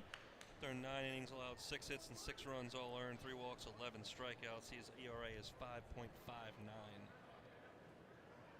There's the 0-1. Misses outside. 1-1. You know, it seems so different this year, Hunt. Calling games on the radio, occasionally on the SEC Network Plus. Start talking about who you go to in the bullpen and will we see this guy or that guy as the 1-1 comes in. Strike on the inside corner with a fastball for Money. It's 1-2. So many guys that last year you kind of knew who the usual suspects would be coming out of the bullpen. This year you seem to forget guys, and that's one of the things Jay has said. Even he has had a hard time finding those innings of work. But Blake Money comes to mind because he's a guy that's been in these battles in the SEC. He's been a starter. He's come out of the bullpen. He's been middle relief. He's come in to close. I mean, dare I say, he could have a big impact throughout this season on the weekends if he can come in and be effective. I look at weekends as a collection of outs. Here's the 1-2 from Money, and the fastball misses high, 2-2. And just because you have a 6-run lead in the 8th, you don't just get to say, well, you got to get the outs, and you don't want to go to your top leverage guys, so you got to get outs, and certainly Blake Money can do that. 2-2 delivery and launch to left field. Trying to come in on it is Morgan. He was playing shallow, but it takes one hop in front of him, and Burrell with a leadoff single to left has a runner aboard for Grambling with nobody out in the top of the third. And I probably think about this more than I should, but I think about regionals, and even if you have to go to a Monday like LSU did last year, and you just need guys at various spots. Sometimes you're down 4 or 5 runs, sometimes you're up 6 or 7 runs, and you got to have depth of your staff to be able to go in there and eat up innings. And certainly Blake Money's a guy who would have no problem going in there and giving you 4 or 5 innings. He was a starter last year. Back to the top of the order, Tiger Borum, left-hander who got aboard on a bloop single to left center. Left stranded at second base after advancing on a pickoff attempt. And a throwing error on Little. Takes the first pitch and it misses outside, 1-0. Give me the final line on Christian Little after this delivery. 1-0 pitch, late bunt down the first base line. Money showing the athleticism. Comes off, gloves it. Only play is to first, and he gets the first out. As Borum does his job, advances Burrell to second base, and for the second time tonight, Grambling with a runner in scoring position. That will bring up Nasir Frederick, who's 0 for 1. He was a strikeout victim to Little back in the first inning. Looked like a drag bunt. I guess they'll give him credit for a sacrifice there. We'll see what they score, but he may have been bidding for a hit, just didn't get it quite out of the reach of Money, who was able to move to his left and pick it up. So Frederick with a runner at second. First pitch, fastball high from Blake Money, and it's 1-0. Christian Little went 2 innings. He gave up 1 hit, no runs. He walked 1, struck out 4. 37 pitches, 25 of them from strikes. His night is done. Money from the stretch, looks back to second. Here's the 1-0. That's a strike at the knees to even the count 1-1. Christian would tell you he wasn't perfect tonight. A couple of pitches he may have missed in the first inning, but I thought he was pretty good, and that should be a nice confidence boost headed into the Tennessee series for him. Money looks back to second, keeping an eye on Burrell. Now the pitch to the plate, missing low. 2-1. Here we are, top of the third inning, 1 out. Runner at second, and I've yet to bring up the biggest story for LSU coming off the weekend, and that was, of course, Kim Mulkey, women's basketball, headed to the Final Four in year 2 of her tenure at the helm of the Tigers. This one swung on hit foul out of play behind the plate. Evens the count now to Frederick, 2-2. Big send-off today. They left Baton Rouge around 3 o'clock. Crowd out there to wish them well. A lot of people making their plans, already made their plans to get to Dallas. LSU can get to Dallas, I promise you. I've seen that in the flesh. They ought to have a great crowd over there in the Metroplex. Runner at second, one down. 2-2. Big swing. Again, popped up foul and out of play behind the plate. This inning, by the way, brought to you by AccuTemp Services. Don't let AC or heater outages keep you on the bench this year. Text home run to 31996. Get your Tiger tune-up. AccuTemp Services, proud partner of LSU Athletics. Had a chance to hear Coach Mulkey describe the game this Sunday as this pitch misses low. Runner off and running, and Burrell, without a throw, will slide in safely into third. So with one out, Grambling trying to get on the board. They got a runner just 90 feet away. Grambling being aggressive on the base pass. Aggressive secondary leagues. Trying to steal bases, put bunts down on the infield to put some pressure on you. That's their style of baseball. 3-2 now, the count to Frederick.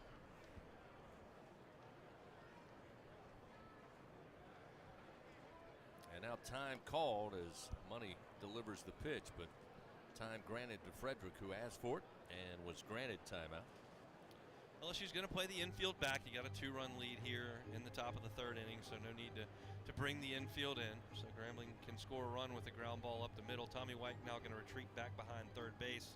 Jared Jones at first base is playing very deep as well, so they'll concede a run on the infield. 3 balls, 2 strikes, runner at third. Pitch from Money. In the dirt, missing low, ball 4. Runners on the corners now with one away. We'll bring up Hatton to the plate. Hatton 0 for 1 so far with his first at bat, a strikeout victim to Little. I'll have to paraphrase, but Coach Mulkey said it was not a pretty game. Ugly That's type fair of to say, game. but guess what? It's a W. You just got to win it. That's right. Cut the nets down, head to Dallas. Face Virginia Tech coming up on Friday evening. First delivery again missing low, and Milazzo having to smother it up. Keeps the runners at first and third, 1-0. Money's wearing out Milazzo's knee pads with breaking balls down. Alex has obviously done a really good job of blocking him up, as you would expect, but a lot of pitches down from Blake here in this inning. Throw over to first, getting back safely is Frederick. Again, Burrell at third base, single to left field to lead off the inning. Advanced over to second on the bunt attempt. Sack bunt, they rule it by Borum. And then stole third. Here's another throw over to first. Again, Frederick back safely. Tigers will pinch the middle infield, play a little double play depth here, try to get out of it with the ground ball. Tommy White's still going to play back behind third base, so he'll probably try to go to second base if he gets a hard hit ball. 1-0, swing and a miss. Time the 92-mile-an-hour fastball low in the zone. Hatton couldn't find it with the bat, and it's 1-1. LSU leading 2-0, 2 runs on 3 hits. They do have 1 error. The 1-1 that time elevates the speed ball and swing and a miss. Gets ahead 1-2. There's a little country hard ball there from Blake. Now let's see if he can execute a pitch that'll either get him a ground ball or he can get a punch out here. Grambling trying to execute something with a runner on third and only 1 out. Runner goes to second, and on the hands jammed him. He fouls it back into the screen. Count remains 1-2, and Frederick will head back to first. Tigers trying to stay out of the double play there with the runner moving even at 1-2. They're an aggressive bunch. That's not a traditional spot to go. But you may figure you're going to get a breaking ball there even if he strikes out. We got a chance to steal a base. Runners first and third. Swung on, popped up, but to second base. Dugas calling for it between first and second, and he will have it for out number 2. Well, I'm talking about ground balls and strikeouts, and the pop-up will work just the same. I was going to say, that one, squeeze it, and that'll do. That one works as well. Now we'll see Buford, who's 0 for 1. Flied out to Dylan Cruz to center field back in the first inning. Again, the leading hitter probably designated most dangerous hitter here for Grambling. And before he comes to the plate, Wes Johnson, pitching coach, going to sprint out, visit with Blake Money and the infield on the mound. Things are heating up here in South Louisiana, but remember, whenever you're ready to cool it down, count on Slow Melt Ice. Colder, cleaner, and longer lasting. Since 1997, Slow Melt Ice has been a leader in providing packaged ice and bulk ice for commercial, industrial, and retail businesses in South Louisiana. For more info, check them out at slowmeltice.com. That's SLOMELTICE.com. A couple scores in SEC play. Kentucky scored 10 runs in between the 7th and the 8th. They've taken a 10-4 lead on Western Kentucky over in College Station. Not as many bubbles as they would like. 3-1 Longhorns at Bluebell Park. Vanderbilt leads Lipscomb 4-0. Alabama and Middle Tennessee are tied at 4 in the bottom of the 5th. So now Money with 2 outs, still have runners on the corners. Buford at the plate, waits on the first delivery, and it misses away. 1-0. Sure, they've got a plan here that Wes Johnson just conveyed. This is one of the tougher bats in this Grambling lineup. You've got to make sure you pitch it properly. Money from the stretch and the 1-0. High in the air to left field. Morgan was playing in shallow. He's going back. He's to the track. And this one is out of here. And with one swing of the bat, we mentioned Buford is dangerous at the plate. That's his 5th home run of the year. And with that pitch delivered to the left field landing, it is now a 3-2 Grambling lead.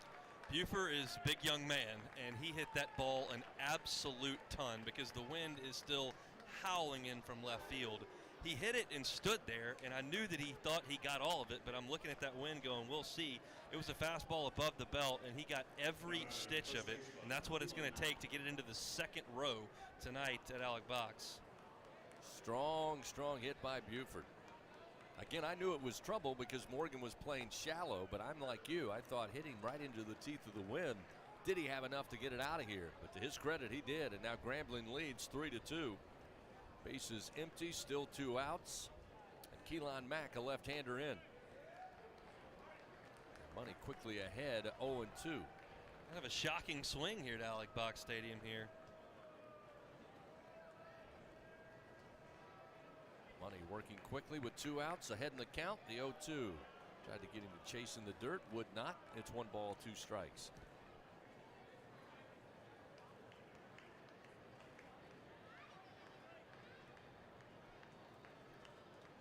One-two pitch, fastball outside. 2-2.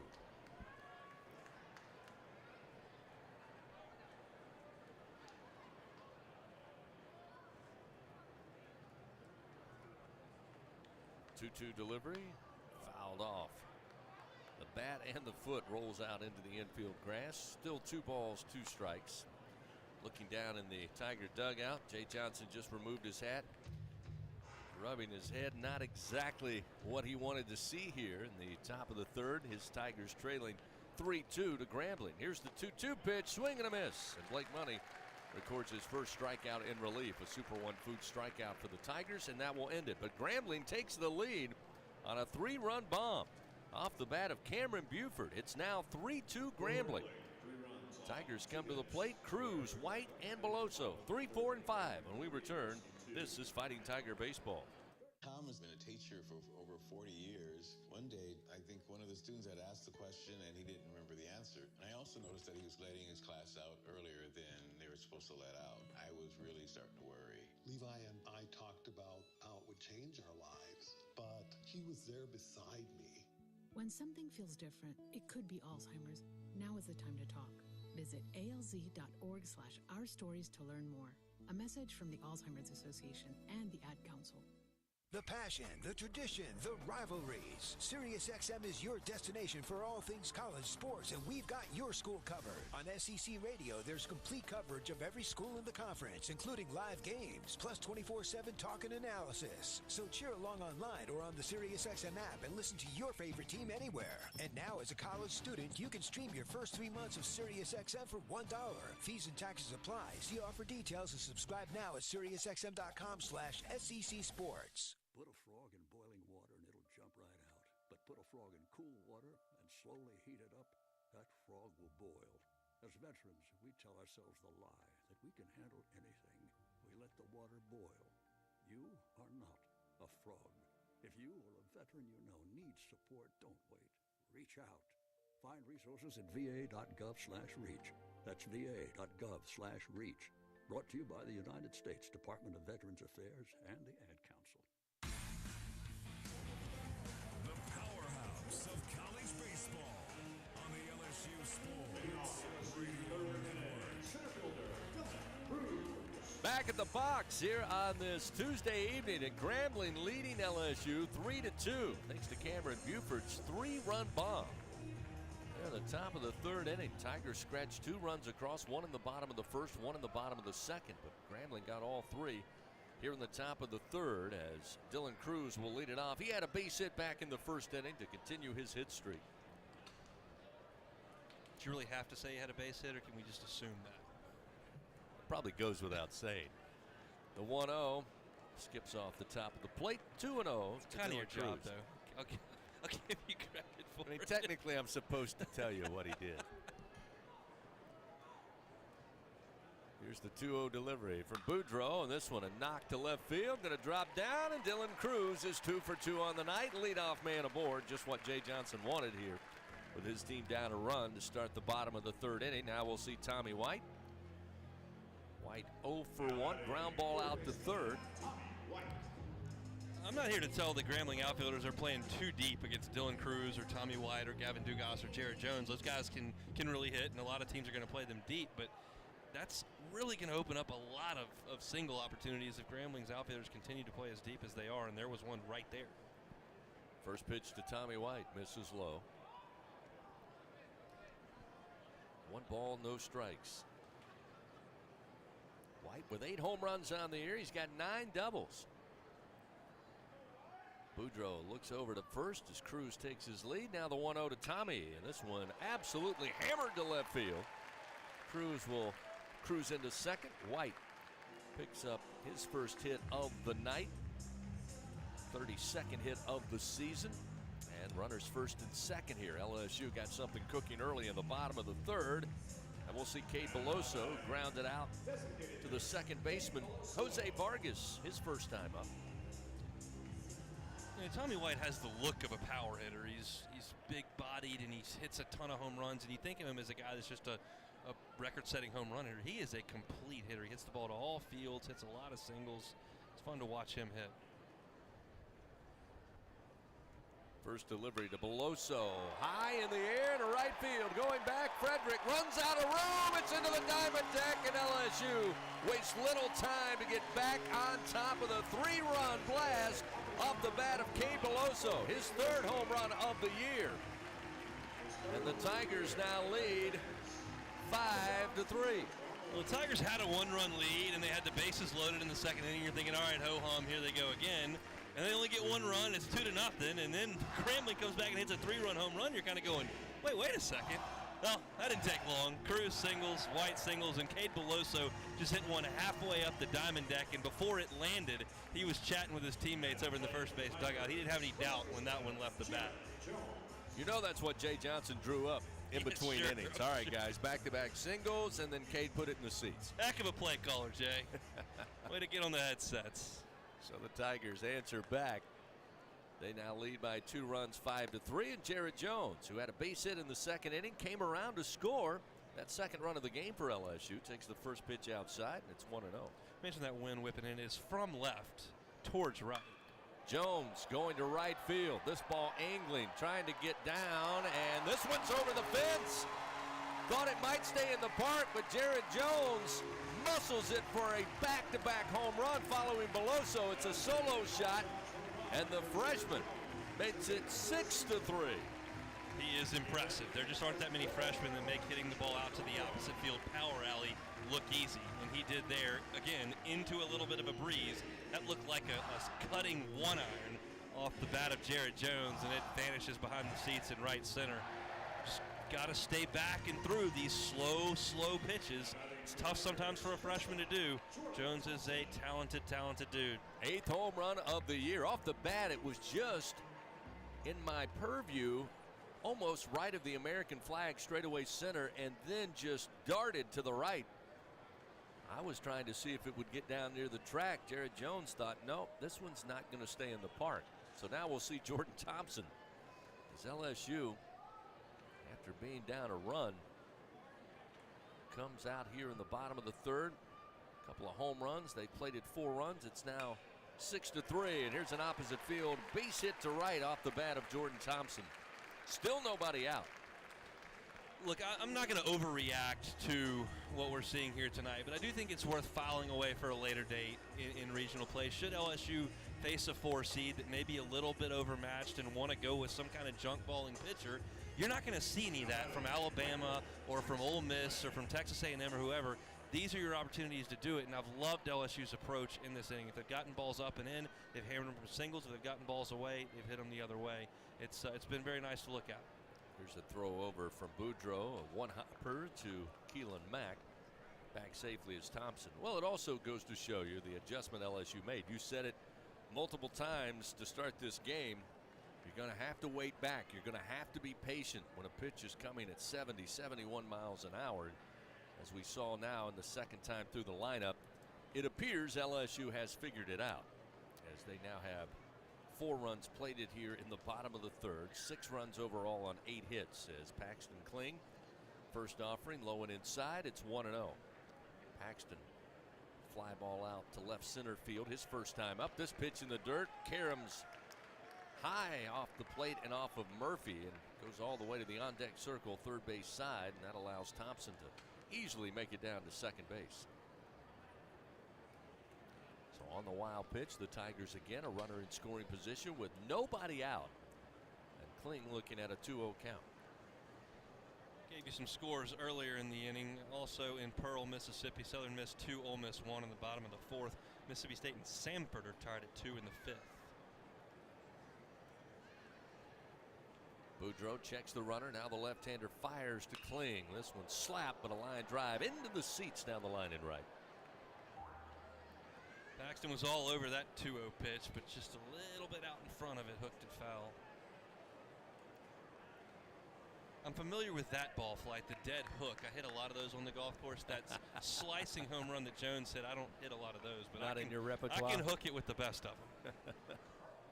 2-1 the count to Kling. The pitch pops him up. Boudreaux running for it. The catcher Murphy coming for it, and Murphy is there to make the play just on the track in front of the first base dugout. Boy, Boudreaux was ready to make a play. You don't see a pitcher often full sprint trying to get to a foul ball, but he certainly gave the effort. But his catcher able to make the play for the first out of the inning. Kling retired, leaves Thompson down at second, and we'll see Alex Milazzo. That was an athletic play by Julian Murphy, the Grambling catcher, to get all the way over to the LSU dugout. That foul ball is going to be riding the wind away from him. He was able to run it down. So now the Tiger catcher of LSU, aboard on a walk, left stranded at first base in the second inning, stands in. Boudreaux brings it to the plate, way outside for ball 1. 5 straight Tigers reached to begin this inning. Cruz with a single to left. White followed with the same. Big homer from Beloso, and then Jones followed with a homer. And Jordan Thompson a single to the opposite field. 4 runs on 5 hits for the Tigers here in the bottom of the third. Pitch to Milazzo. He will do the same. Drop a base hit into left. Thompson going to be waved around. The throw coming home, and it's out of the glove of Murphy. It was on time with 1 bounce, but Thompson's safe. That'll extend the lead. It's now 7-3. Again, a good throw from Hatton out of left field into the mid of Murphy, and it looked like would be in time to make the play, but it just comes out of the catcher's mitt, and Thompson is safe. Milazzo ripped that ball to left field, and Hatton, the left fielder, is playing it deep, as we've talked about, and I think that's why the green light was put on with Thompson. The old saying is you make them make a throw, and the throw actually was made. It was right on the money on 1 hop, and the catcher Murphy just didn't squeeze it. And that's part of making them make a play. If the play is made properly, Thompson's out by about 5 feet, but it wasn't caught, so Thompson scores. I believe the pitching coach Phil Adams out there now with a mound visit. They have a lefty who appears to be ready to go. They haven't made the indication yet here, but LSU with 5 runs in the bottom of the third, leading 7-3. As Hunt just told you, it's been by putting the bat on the ball. Yeah, LSU's approach has been good here. They've gotten balls up in the zone and in. They've hit them hard on a line. Cruz hit his pretty good. White smoked his on a line. Beloso got one on the inner half and absolutely hammered it out of the yard. Jones saw one out over the plate, went the other way. Jordan Thompson went the other way nicely, and then Milazzo got one up that he could handle and hit a line drive into left field. They're seeing pitches that are hittable, and they're putting really good swings on them. That's all you can ask an offense to do. Ethan Bates, the left-hander, warming down in the bullpen for Grambling, but Coach Adams leaves the mound, leaves Boudreaux on the rubber, and with one out, we'll see the top of the order, and Gavin Dugas, who has Milazzo, made his way to second after that throw came home. Pitch to Gavin, low and inside, ball one. So far tonight, Dugas aboard on a walk in the first, had a sac fly RBI in the second to give LSU a 2-0 lead.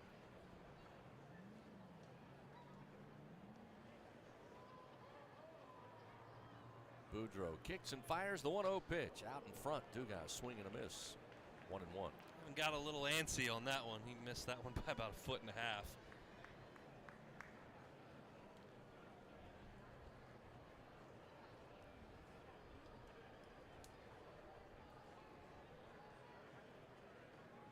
The 1-1 pitch. Strike at the letters on the outer half, and it's 1-2 now to Gavin Dugas. Kind of thought all year long LSU would have a platoon at second base. You'd see Napolt, Merrifield, Dugas, maybe Gavin Guidry, and Gavin Dugas got in that lineup on opening night and said, I'm not coming out, boys. Here's the 1-2 pitch. Reaches out. Will knock to third base. Charging in Buford. The throw to first in time, but running behind him is going to be Milazzo making his way to third. So with two down, LSU with a runner just 90 feet away, and Trey Morgan coming to the plate. You mentioned Dugas. Again, you look at his offensive numbers, and that pretty much answers why he's in the everyday lineup. But Jay Johnson, following the doubleheader on Saturday, Bill brought up in the clubhouse about the play of Gavin Dugas. First thing he went to is how solid he's been at second base. It sounded like Jay was as impressed with what he's done on the diamond as much as what he's done at the plate. Now we'll see Morgan, tonight's left fielder for the Tigers, and the first pitch from Boudreaux misses low, and it's 1-0. Yeah, Gavin booted one the night his eye was giving him issues, and he had to come out of the game. But outside of that, he's been solid, turning double plays, moving to his left. He's really played well at second base after a couple of years out in the outfield. The 1-0. Strike at the letters to Morgan, make it 1-1.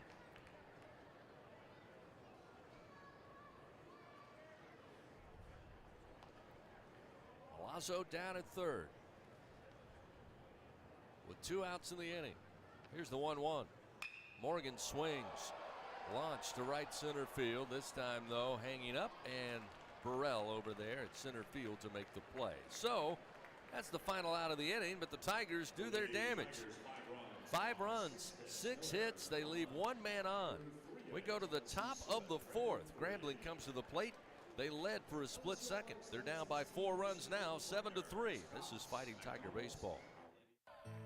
Now batting in the cleanup position, Jenny King, the king of clean. Tiger fans, Janny King is a proud partner of LSU Athletics and even more proud to provide you, the players, and every fan that comes to a game here with a healthy stadium that has been cleaned by our team of professionals. Let us clean and disinfect your business. Go to JannyKingCleans.com now. That's JannyKingCleans.com. Janny King, the king of clean. When you're done listening to the Tigers take another victory, the rest of the city will be waiting. After all, there's a lot more to Baton Rouge than just Saturday nights. From famous historic landmarks to iconic hole-in-the-walls, even some of the world's best blues joints, there's something special around every corner. But these foodie flavors and soulful sounds are just a sample of what Baton Rouge has to offer. Whatever you're into, it's all right here. Go to visitbatonrouge.com and start putting together your post-game playbook. Southern Air Heating and Cooling is proud to be an official sponsor of LSU Athletics. Their team of AC professionals have been serving the comfort needs of the people of Louisiana for over 25 years. Much like the fans of the Tigers, our commitment to Tiger athletics and providing great service remains as strong as ever. Southern Air Heating and Cooling. Go Tigers!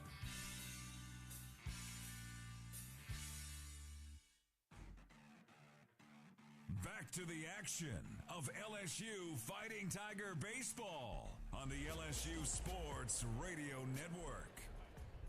Big inning for LSU. They now lead 7-3 and 5 runs on 6 hits there in the bottom of the third inning after trailing momentarily 3-2 to Grambling. Julian Murphy to lead it off for Grambling. Blake Money back out there for the start of a second inning of work. First pitch 1-0. This one a slow bouncer to first. Jared Jones will take it at first base, step on the bag, and there is 1 out. Doesn't get any easier over there for Mr. Jones. He's a catcher by trade, so they're going to put him over at first base, and he's still learning that position. But those are the easy ones. That was a slow roller he could take himself. Sam Dutton down in the bullpen for LSU warming.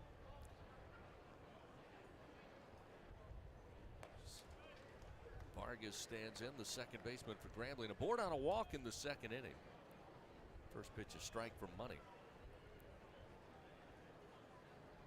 Blake winds the 0-1 pitch. Missing low, 1 ball and 1 strike. Had a good time last night. Jay Johnson's season premiere of his radio show at TJ Ribs. Coach, some great stories about how this team all got put together in the offseason. Pitch misses outside. It's now 2-1. Hope you'll join us again this coming Monday night, 7 to 8 p.m. TJ Ribs on South Acadian. 2-1 delivery. Fights it off with a foul ball on the screen left side. And it's 2-2. Any brisket quesadillas on the menu there last night? Any of those taken down? I think there were a few taken down, look, yes. I'm a fan. And a great crowd of Tiger fans there to hear Coach talk about the Tigers. This one misses high and outside for Money. Now a full count 3-2 to Vargas. Goes without saying, this place is pretty fired up for LSU baseball at the moment, and that's what makes this place so much fun this time of year. No question about it. Money looking for a strike 3, but this one will foul right above the third base dugout. Still keeps it 3-2. Blake got that one up to about 94 miles an hour, which he can do from time to time.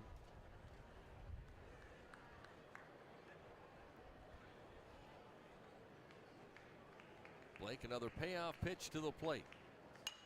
Again, lazy swing, but stays alive with a foul ball down the line in left. Still 3-2. I think you keep going back to the fastball. Just keep peppering that zone with strikes and see if Vargas can speed his bat up enough to put it in play. He hasn't yet. Blake to offer another payoff pitch. Here it comes. And again, foul back into the screen behind the plate. Still 3-2. 93 on that heater. As you mentioned, Sam Dutton down there warming up. That's a guy that Jay Johnson definitely wanted to get a look at in this game, almost no matter what. And he certainly will when Blake Money's time is done out there. 1 away, top of the fourth. 7-3, LSU leading Grambling. Another payoff pitch. This time a ground ball to second. Two guys settles over, gloves it, throws to first, and there's 2 gone. Nice job by Blake there. The count got run full. And said, here comes fastballs. Fastball fouled off. Fastball fouled off. Fastball fouled off. Finally got the ground ball in the infield weakly hit, and Dugas was able to scoop it up and make the play. Don't want to give Grambling anything. Just pepper them with fastballs, and you'll have success. Keanu Jacobs Guichard, the right-hander, stands in. Money sets him up with a first pitch called strike. 0-1. Jacobs Guichard struck out back in the second.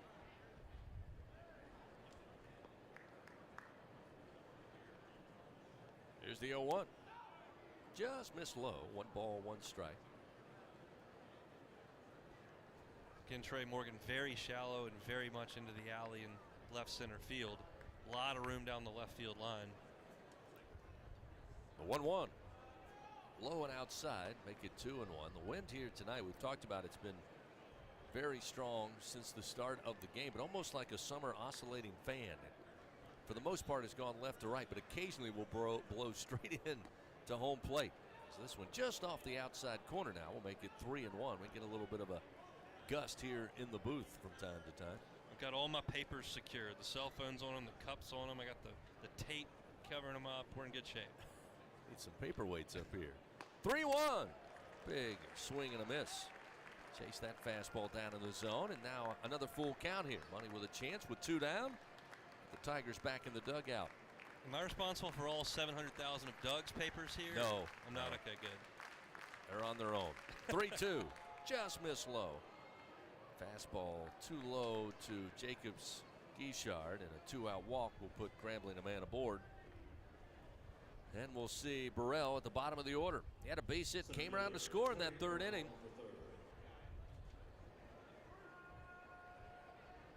Batting .238 now on the year.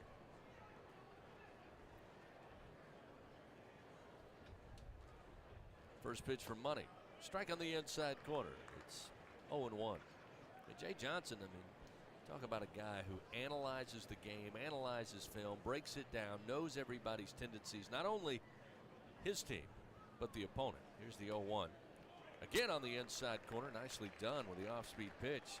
Money ahead 0-2. He said, hey, Grambling, if they're going to play and come at you, they'll come at you early in the game. We've got to be able to handle that. And again, so far so good for LSU. So Money with a runner at first, 2 down. Here's the 0-2 pitch. Fouled out of play right side. You know, on the SWAC teams, in broad brush, every team's got its different players year to year, but they're generally speaking not going to have a lot of velocity on the mound. And at times there may be some infield defense issues, but offensively they're going to be aggressive and they're going to be strong.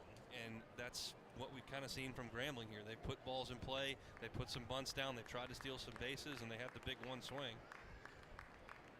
Again, 0-2 to Burrell. Runner goes, and a swing and a miss. And Blake Money records his second punch out, and that'll end it for Grambling here in the top of the fourth inning. No runs, no hits. They leave one man on. LSU still leads 7-3. Tigers come to the plate in the bottom of the fourth. It'll be Cruz, White, and Beloso. 3, 4, and 5. This is Fighting Tiger Baseball. It's 4 a.m., Monday, and you're literally sucking baby snot through a tube because she's congested. Man, that's love. And if you love her that much, love her enough to make sure she's buckled in the right car seat. To make sure your child's in the right seat for their age and size, visit nhtsa.gov/the right seat. Show them you love them. Keep them safe. Visit nhtsa.gov/the right seat. Brought to you by the National Highway Traffic Safety Administration and the Ad Council. We always picture the SEC student athlete for their speed, their vertical, their agility. But it's time we picture them for more. For their campus voice, their community outreach, and for the simple fact that 20 years later, they're still someone's pride and joy. More than students, more than athletes. In the SEC, it just means more. Right now, our country feels divided, but there's a place where people are coming together. I was nervous to talk to someone so different than me. Me too. Love Has No Labels and One Small Step are helping people with different political views, beliefs, and experiences connect through conversation, and it feels good. This conversation gives me hope. It gives me a lot of hope, too. Take a step toward bringing our country and your community together. Start a conversation at lovehasnolabels.com/onesmallstep. A message from StoryCorps, Love Has No Labels, and the Ad Council. LSU Fighting Tiger Baseball from the LSU Sports Radio Network. 7-3, LSU leading Grambling here in this midweek affair at the box. We head to the bottom of the fourth inning. A reminder, just like the winning lineup, Cintas has the all-star services for all of your business needs, everything from uniforms to kitchens and restroom solutions. Get ready for the workday with Cintas. LSU comes to the plate. It'll be Dylan Cruz, who, again, I am required to tell you, 2 for 2 on the night with a run scored. Got it started there in the bottom of the third when the Tigers plated 5 runs on 6 hits, led off with a single. First pitch, a called strike. New pitcher in. Ethan Bates, a left-hander, takes over for Grambling for Ja'Cory Boudreaux. Here's the 0-1. Low and inside. Evens a count to Dylan. 1 ball, 1 strike. Ethan Bates going to be a sidewinding lefty. He's going to drop down to around the belt. The fastball is going to be 78 to 81, and nothing really, no hard velocity here. It's just going to be a lot of down in the zone, right around 80 miles an hour. A 1-1. Tails in, but low to Dylan, the right-hander. Now 2-1. Cruz average, by the way, if you're keeping score at home, now .542 on the year. 2-1 pitch. Comes in over the plate, but a little low, missing. Ball 3, 3-1. It's that kind of frisbee slider you'll see there. The fastball is going to have some sharp angle running away from the right-handers, but that slider going to kind of sit up and spin. Hitters count for Dylan Cruz. The 3-1 outside, he'll walk him. So Dylan receives his 27th base on balls to 12 strikeouts on the year. He will reach base for the 3rd time tonight in as many at-bats. If there was one knock, and it wasn't even a knock on Dylan Cruz, it was just, okay, he does strike out, a little bit more than your average 360 hitter would because he's got so much pop in his bat and will drive the ball out of the ballpark. But he's even cut that down this year and is not striking out very much at all. Tommy White to the plate, another one who makes the most of his opportunities. And there's a first pitch called strike from Bates to make it 0-1. White followed Cruz with a single there in the 3rd inning.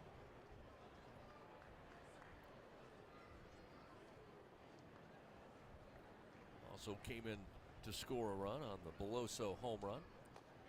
There's a strike on the inside corner, just below the belt. And White falls behind 0-2 to Bates. The final line on Ja'Cory Boudreaux, he threw 3 innings, got 9 hits and 7 runs, all earned. He walked 3, didn't strike anybody out. Threw 69 pitches, 35 for strikes. Here's the 0-2. Big swing in on the hands. A little slow roller to first. Going to be handled by Mack. Toss to Bates. He couldn't handle it. Gets away. Cruz around second. He's around third. He's coming in to score. Bates just now getting the baseball. Tommy White on his way to third. Throw off the mark. And Tommy White will stand at third base. And the Tigers extend their lead now. It's 8-3. That was just kind of bad baseball by Grambling and then some bad luck, so it just compounded things. Mack, the first baseman, picked up the slow roller, went to toss it to Bates, who was covering first, and they were going to be in time to get Tommy White, who then kicked the ball as he got to first base and then went down around the bullpen. So Cruz was able to come all the way around from first base and score as the ball rolled down towards the wall, and White was able to wheel all the way to third base. So just some poor baseball by Grambling and then compounded by some bad luck as Tommy White went Pele or Ronaldo and knocked that thing all the way down by the bullpen catchers. So, with White at third, Cruz in, it'll be Beloso at the plate. Cade, of course, had the 3-run blast to right field. Again, they try to sort all of that out. Going to be a throwing error against Grambling there. That's their first error of the game as that one fouled off by Beloso. Makes the count 1 ball and 1 strike. If you had Hunt Palmer's soccer reference on your bingo card, you win, and you had a terrible bingo card that had no chance to win. 1-1 the count to Beloso. Here's the 1-1. This one going to be deposited into center field. Second hit of the night for Beloso. Tommy White will score. And the Tigers extend their lead now 9-3. It's Beloso racking up the ribbies tonight. Add 1 more to his total. He's got 13 on the year. Look, Cade has been swinging the bat exceptionally well.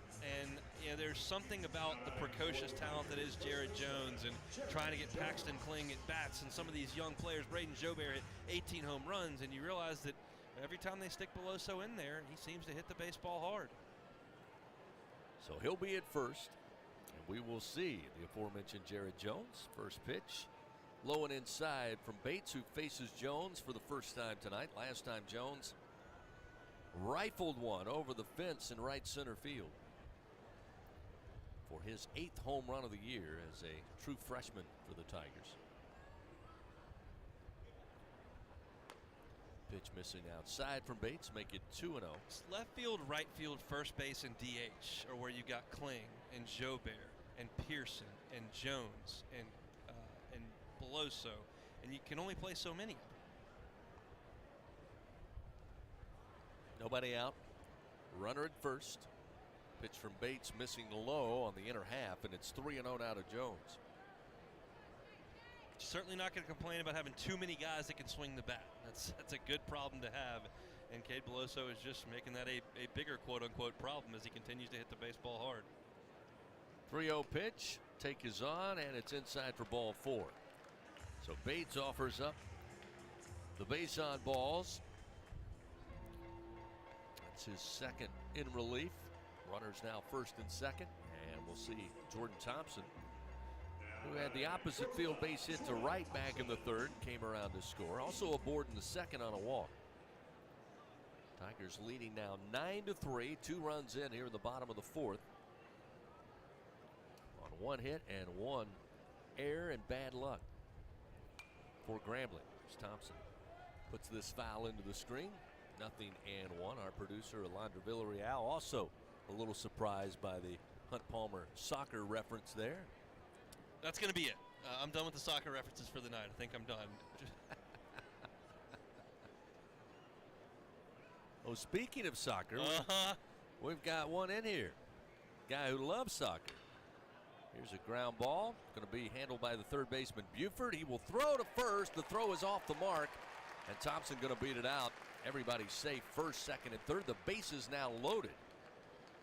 Curious to see how they score that one. It was a very softly hit ball to the left side, but the third baseman, Buford, just kind of didn't attack it. He sat back, then he double crow hopped it and threw it across to first base. And by that time, Thompson had beat it because he was hustling out of the box. There just wasn't enough urgency there from the Grambling third baseman, and certainly paid for it.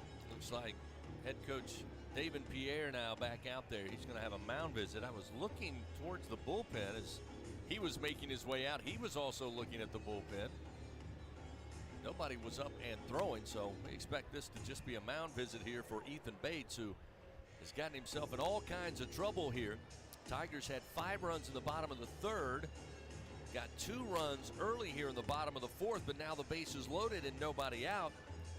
With Paxton Kling coming to the plate, is this going to be an extended mound meeting here with reliever Ethan Bates, Julian Murphy, the catcher, and the Grambling infield? But now Coach Pierre done with the talk. He'll head back to the third base dugout as they do eventually get a right-hander up and throwing in the bullpen. I feel for Bates a little bit because he induced a really weak ground ball from White and didn't get an out, and induced a really weak ground ball from Thompson and didn't get an out on that one either. Brett Washington, the right-hander, warming for Grambling. So Kling stands in. 0 for 2 on the night.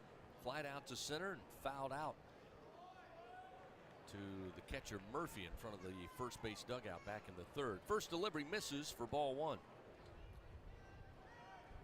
Wind now blowing fiercely in towards home plate. Beloso at third, Jones at second, Thompson at first. The pitch gets away from the catcher, and Beloso delayed reaction, but eventually, as the ball rolls to the backstop, he'll come in to score, and it's now 10-3 LSU. Runners advance. Jones to third, Thompson to second, and the wheels coming off here for Grambling and reliever Ethan Bates. Everything was delayed there. Murphy got a knee on it. It popped up over his head, and he didn't know where it was. And Beloso saw that it was a pass ball and thought he was going to try to go, and then he stopped, and then the catcher still didn't know where it was, so we had plenty of time to come in. Sidearm delivery, a little bouncer over the mound, charging in. Jacobs Guichard, the throw to first, off the back. Kling is safe. Coming in to score is Jones. It's now 11-3. That was going to be a tough one to handle. Some high bounces in front of the mound, got over the top of Bates, and then Jacobs Guichard coming over to his left, able to glove it, but had to throw as Kling, as you said. Not many people in college baseball faster than Paxton Kling. He'll put some pressure on any infield throw to first. Another weak ground ball in the infield that Bates induces, and he can't get an out on it because Paxton Kling runs too well. That time, Jacobs Guichard did everything he could coming on to make the play and made a strong throw across, but Kling just beat it. Still nobody out. The Tigers now have plated 4 runs. They lead 11-3. Runners on the corners. Thompson at third. Kling beating out the throw at first base. And we'll have Alex Milazzo. Had a solid rifle base hit to left field back in the third. Drove in a run. He's been aboard twice. Got a walk in the second inning. First pitch missing for ball 1 to Milazzo. Again, 10-run rule is in effect, we were told, prior to the start of tonight's game. As Bates throws over to first, gets away from the first baseman, and that will allow Thompson with his speed to come into home and score. So Bates with the sidearm throw to first. It popped out of the glove of Mack, got away in foul territory, and Thompson, again, one of the credits I give Jordan is his ability to not only read pitches when he's on base, but that time he knew once it got away from Mack, he had the speed to get home and does so easily without a throw. And the Tigers extend their lead 12-3 without putting a bat on the ball. LSU did not run the bases well on Friday in a loss, and they're a good base running team. That was a great base running play by Jordan Thompson. So now runner at first, and Milazzo takes this one foul down the first base line. And it's 1-1. That's exactly what Jay told me prior to game 2 on Saturday. He said, hey, look, we made mistakes yesterday. Uncharacteristic mistakes because we haven't been a good base running team. We've been a great base running team. Of course, they were able to make up with it on Saturday with the doubleheader victory to take the series. The 1-1 misses low. In fact, I asked Jay, I said, what was kind of the message following game 1 on Friday? And he said, we talked about the mistakes we made.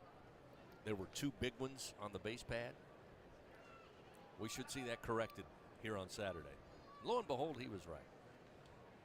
The 2-1 again trying to go opposite field, and this one into the seats down the line and right off the bat of Milazzo. Evens the count 2-2. Thompson did 2 things there. He's on third base with a left-handed pitcher, so when the front foot comes up, he takes a secondary lead. Then the throw goes to first base, and he extends that secondary lead.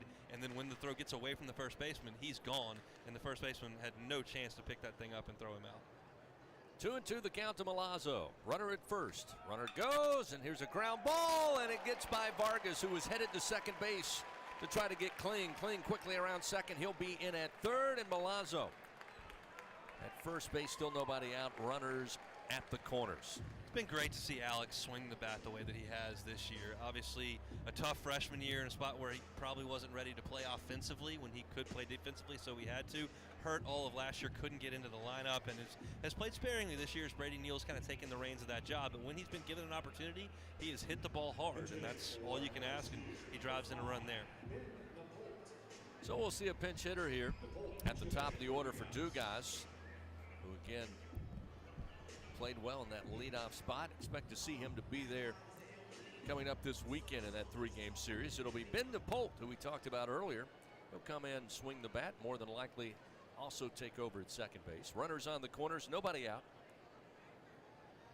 DePolt with his 35th plate appearance of the year. The first pitch sails outside to the left-hander, and it is 1-0. DePolt batting 176. Had a very interesting stat to start the season in non-conference play. It was 0-for, but had a handful of RBI. A little snake bit early in the season. He hit the ball harder than he was getting credit for. Here's the 1-0. Misses low and inside. Now 2-0 from Bates. This is not going to do wonders for Mr. Bates' ERA. He hasn't gotten an out yet, and he's given up 4 earned runs. Kling at third, Milazzo at first. 2-0 the count to Ben DePolt. That's a strike on the outer half, and it's 2-1. Again, Brett Washington, the right-hander, was throwing down for Grambling as they are still looking to find their first out here in the bottom of the 4th inning. 2-1. Again, low and inside from Bates. That'll make it 3 balls, 1 strike to DePolt.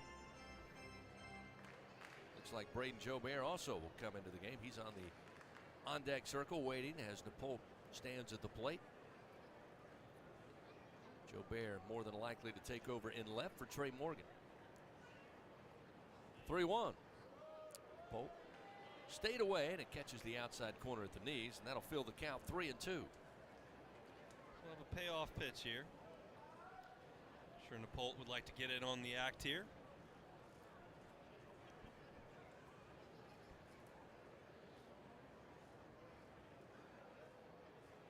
The 3-2, a little slow roller on the grass, but they'll say foul. First base side. Again, even as you talked about, some really soft hit ground balls that Grambling's not been able to come up with and make a play. That time it's a foul. It was hit right to Mack, about a foot away from the first base bag, but it's ruled foul, and it'll be 3-2 again to DePolt. Gets to swing again as Bates comes set with runners on the corners. Submarine delivery, and DePolt this time. Ground ball gets by a diving Keelan Mack at first. That will score Kling. Around second is Milazzo. Throw just now coming in. And with nobody out, the Tigers extend their lead. It's now a 10-run lead, 13-3. Nobody out here in the bottom of the fourth inning. That one had eyes, too. Napolt kind of rolled over it, but the first baseman, Mack, was holding the base runner on at first base, so there was a big hole on the right side, and it got through. In this era of StatCast and exit velocities and all that, if I showed Ethan Bates, here will be the exit velocities off you in this inning, he'd have said, oh, well, this is going to be great. I'll take it. He didn't get it out. It could not get one to hit at anybody. They'll make a pitching change here as Bates' night is done. LSU leading 13-3, 6 runs on 5 hits, 2 errors by Grambling so far, yet they've defined an out against the Tigers. And they will go and hand the baseball to Brett Washington. He'll take his warm-ups. Pitching change powered by Sunshine, your hometown John Deere dealer in Louisiana. Tigers of LSU leading Grambling 13-3. This is Fighting Tiger Baseball. Tiger fans, with awesome John Deere deals by Sunshine, you'll never strike out. Ask us about tractor packages with 0% financing available. When you're looking for excellent products to help you get the job done, look no further than Sunshine Quality Solutions. Learn more at sunequip.com. Some restrictions apply. See dealer for details. Offer ends May 28, 2023. Albertsons is making shopping and saving easier than ever. Just For You deals is now Albertsons For You. It's everything you love about Just For You with all new perks. Get rewarded for just being you, including personalized deals, a free item every month, and even a treat on your birthday. With Albertsons For You, you earn points every time you shop and redeem them for discounts on groceries and more. Brand new Albertsons For You members receive $5 off their next $25 or more purchase just for signing up. Download the Albertsons app or simply update your existing mobile app to see your all-new, all-awesome perks. Albertsons. Fresh foods, local flavors. Support your LSU Tigers with Hancock Whitney, the official bank of LSU athletics. From game day to the offseason, Hancock Whitney LSU credit and debit cards are a big win for any Tiger fan. Want to get your paws on these cards? Well, apply online or visit HancockWhitney.com/LSU. Hancock Whitney Bank, member FDIC. All accounts subject to credit approval. Terms and conditions may apply. Back to the action of LSU Fighting Tiger Baseball on the LSU Sports Radio Network. Well, if you're just tuning in on the radio or on the SEC Network Plus, tonight's game, well, after 2 innings, LSU led 2-0. In the top of the third, Grambling would get 2 runners aboard, and then Cameron Buford would take one deep to the left field landing. Grambling led 3-2 after 2.5 innings, but LSU wasted little time. 5 runs in the bottom of the third to regain the lead, and here in the bottom of the fourth inning, they have plated 6 runs on 5 hits, 2 costly errors by Grambling, and they now lead 13-3. Braden Jobert, as we mentioned, coming in to pinch hit for Trey Morgan. Runners on the corners, nobody out. Brett Washington takes over, and the first pitch down in the dirt. Murphy chasing it out in front of the plate and down to second base. LSU will advance the runner, and so now runners second and third with nobody out. Jobert with a 1-0 count. If you're thinking here comes some more velocity at some point, well, it ain't coming from Brett Washington. You're going to see a fastball from 68 to 72. That one was 59 on the gun. Pitch to Jobert outside and in the dirt. Again, knocking it down is Murphy, who's been plenty busy here over the last 2 innings trying to stay in front of baseballs. That one's 69. That's the heater. Milazzo at third. Napolt advancing down to second. Jobert looking at a 2-0 count. And this one slapped to right field. Base hit gets down. Milazzo coming in to score. They'll wave around Napolt. The throw cut off, and LSU extends the lead 15-3 as Jobert with his 14th and 15th RBI of the year. That one's slow and up in the zone, and Braden didn't get too far out in front of it, stayed back and barreled it up into right field for a 2 RBI single. Now we'll see young Ethan Fry dig in. Jay Johnson mentioned Ethan by name when I visited with him in the clubhouse earlier today. Said want to find a way, if things go right, to get Ethan Fry some at-bats in tonight's game. He'll get his first one here. 13th at bat of the season, batting .333, and the first pitch called strike at the knees, and it's 0-1. Rose Pine High School product. Again, huge ceiling for Ethan Fry. Looking forward to his future as a Tigers. This pitch, a called strike. A little bender across the plate, and it's 0-2. Heard Jay Johnson say in interviews that Ethan Fry is going to be an All-American here one day. There aren't infinite bats. You got a finite number that LSU can provide, and so you got to take advantage when you get them. This breaking ball misses low. 1 ball, 2 strikes now to Fry.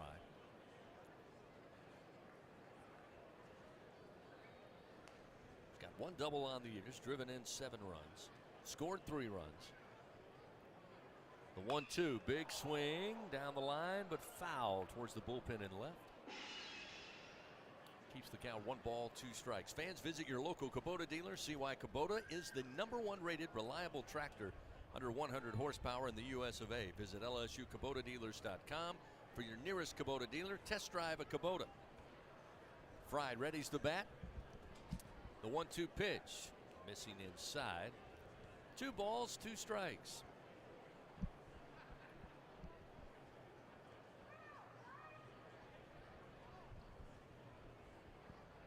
Joe Bear down at first. 2-2 pitch. In the air, down the line. Stay fair. This ball is foul. Got a lot of that one. Just couldn't line it up. Keeps the count 2-2. Fry able to get around on the pitch by Brett Washington. If you're going to get one out to left field, that would be the place to try to get it out right down the line on a line. And Fry hit that one really hard. Man, that looks close on the replay to being fair. I think we're in a position to throw a replay at him, but it was close. 15-3 LSU leads. Not exactly the replay zone, 15-3. 2-2 pitch. This time lifts it foul down the line and out of play and right. 58 miles per hour on that off-speed offering.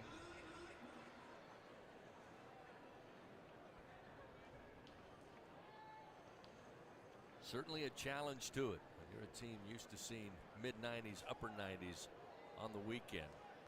That one just missed the outside corner. That'll fill the count now to Ethan Fry. Again, the Tigers, nobody out here in the bottom of the 4th inning.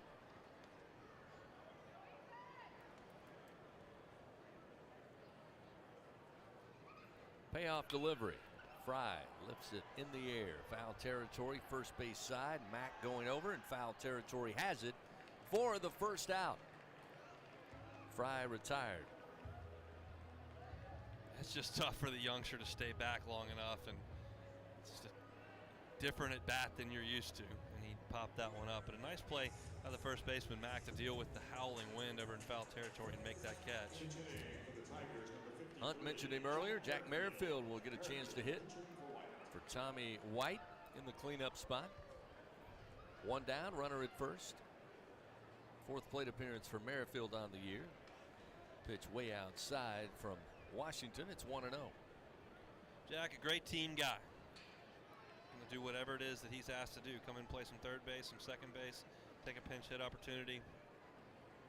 1-0. Little one hopper to the shortstop. He'll throw to second, and the relay to first in time. And Grambling able to get the double play to end it for the Tigers here in the bottom of the 4th. But they explode for 8 runs on 6 hits, 2 errors by Grambling.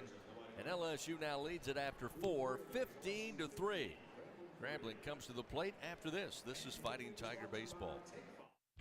Hi, I'm Kevin Falk, LSU Hall of Famer. My years at LSU were amazing. I've always loved celebrating with my teammates, especially when someone was serving up some delicious Manda salsa. For a lot of Tiger fans, it's just not game day without Manda in the mix. Serving top quality sauces and original seasoning is Manda's strong side. But it's not Manda's flavor that's always got me running back for more. You get it? Running back for more. After 75 years, the flavor still says it all. Manda Fine Meats, the official smoke sauce of LSU Athletics. Together, we are partners, setting a new standard for health. Together, we prove that no matter how battle-tested we are, our spirit remains undefeated. Our Our Lady of the Lake and LSU are creating transformational change and impacting Louisiana with a new standard for healthcare, research, and education. Together, Our Lady of the Lake and LSU are champions for Louisiana. Together, we roar. Learn more at ololrmc.com/LSU. NIL is dominating the college sports scene, and LSU has positioned itself at the front of the pack. But to remain competitive and stay ahead of the rest, we need your support. Bayou Traditions is the official NIL collective of LSU Athletics. Join the tradition and become a member by signing up online at BayouTraditionsCollective.com. Members receive exclusive access to LSU student athletes that you can't get anywhere else. Help ensure LSU remains a leader in the NIL arena. Sign up today at BayouTraditionsCollective.com.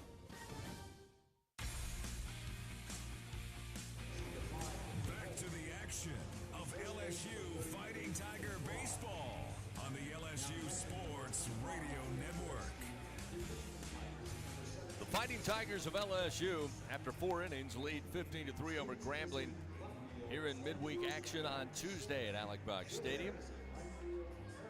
Grambling coming to the plate, expecting to see the top of the order. Tiger Borum to lead it off, followed by Nasir Frederick and Trevor Hatton.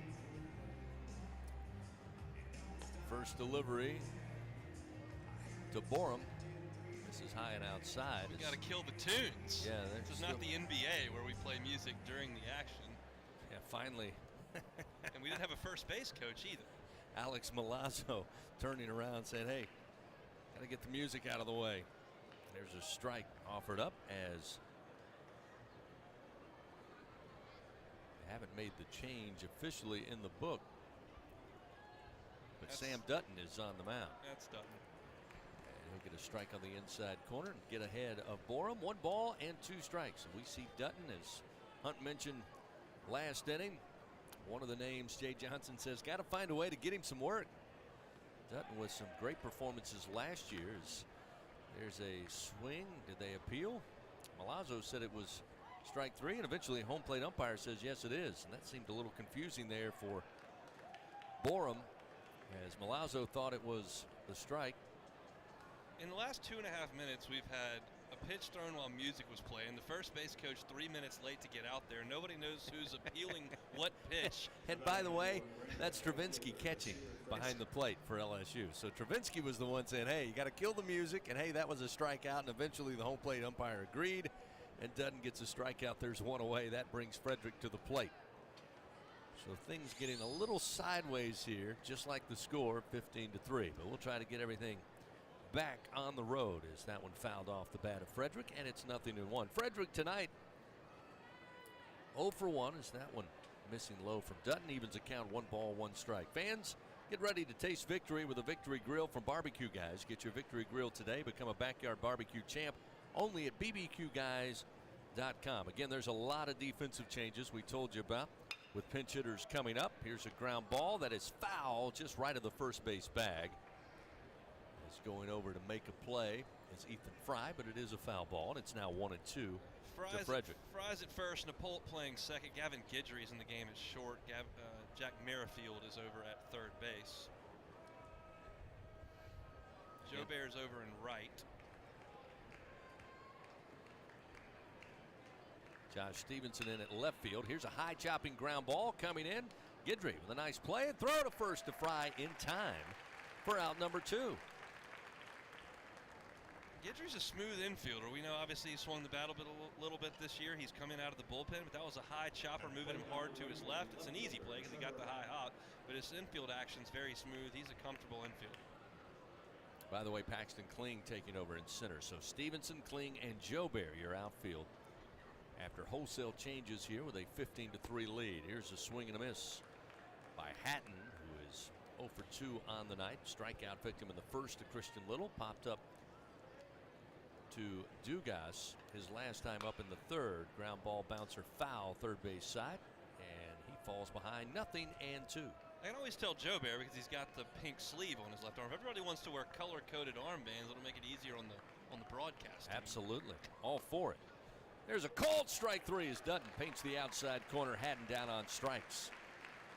So a little wonky to start the inning, but LSU does their job. 3 up, 3 down for Grambling here in the top of the 5th. Still a 15-3 lead, and LSU coming to the plate when we return. This is Fighting Tiger Baseball. Hub International is Louisiana's premier employee benefits and commercial insurance brokerage. Hub can insure just about any risk that your business faces. Did you know Hub even insured the bonuses for our football coaches in 2022? Hub specializes in the construction, healthcare, real estate, and hospitality industries. Chances are you're probably already doing business with someone who does business with Hub. Turn to the agency that the Tigers, Saints, and Pelicans choose. Hub International. Visit them today at hubinternational.com. Y'all feeling lucky? Luke Combs here with the new Living Lucky with Luke Combs Scratch Off. It's your exclusive opportunity to win the Living Lucky with Luke Combs prize package. You'll join me in Nashville for a private concert at the Ryman Auditorium in 2024. Where one lucky winner will have the chance to walk away with $500,000. When it rains, it pours for lottery players who enter to win the chance of a lifetime. Play Living Lucky with Luke Combs from the lottery. Win up to $100,000. Must be at least 21 to purchase.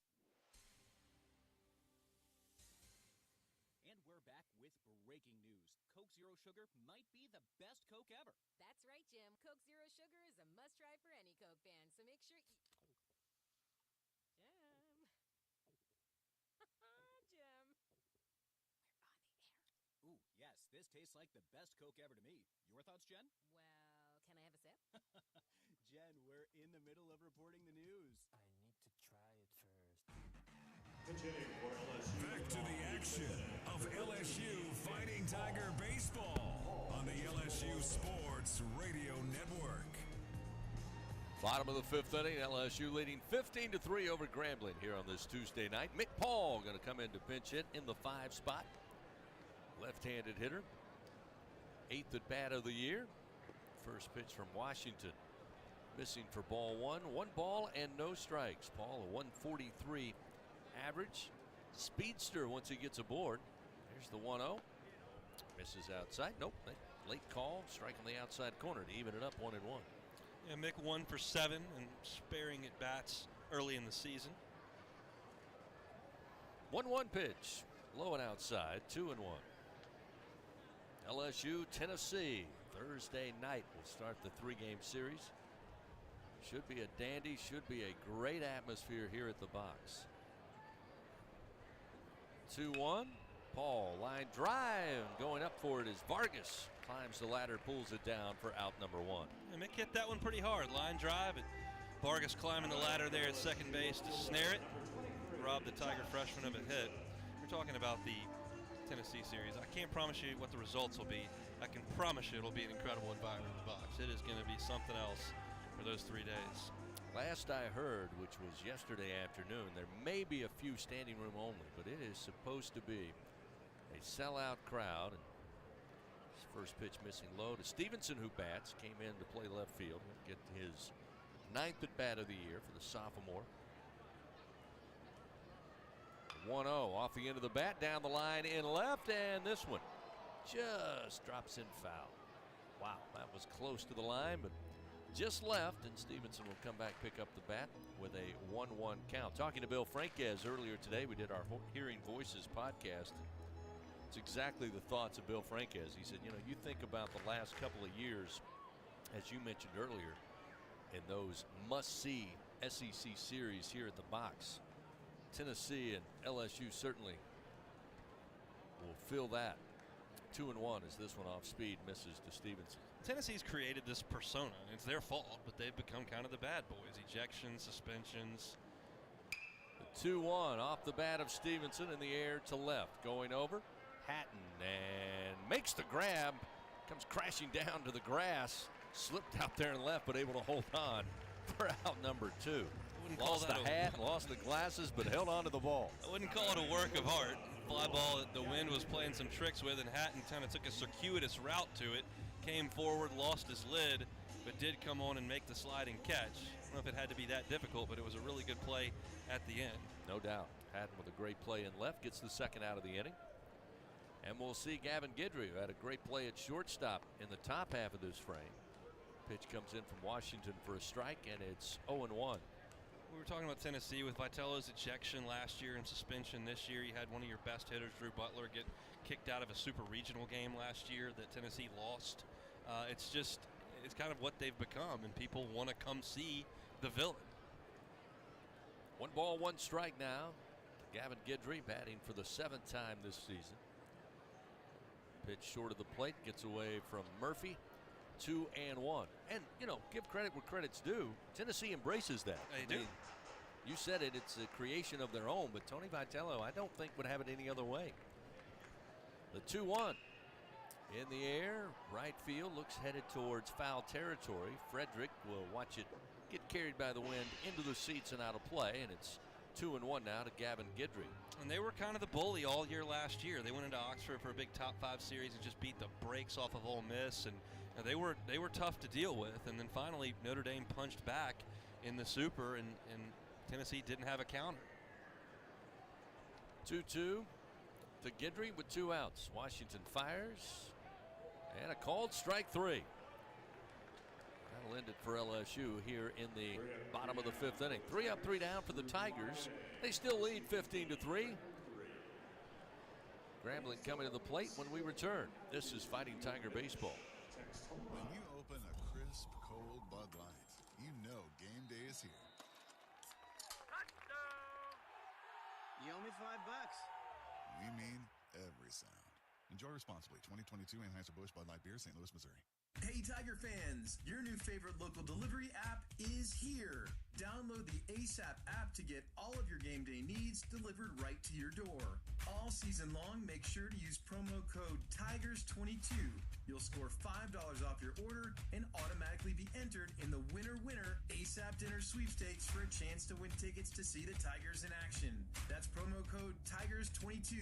ASAP.com is the official mobile ordering partner of LSU Athletics. When you open a crisp, cold Bud Light, you know game day is here. You owe me $5. We mean every sound. Enjoy responsibly. 2022 Anheuser-Busch Bud Light Beer, St. Louis, Missouri.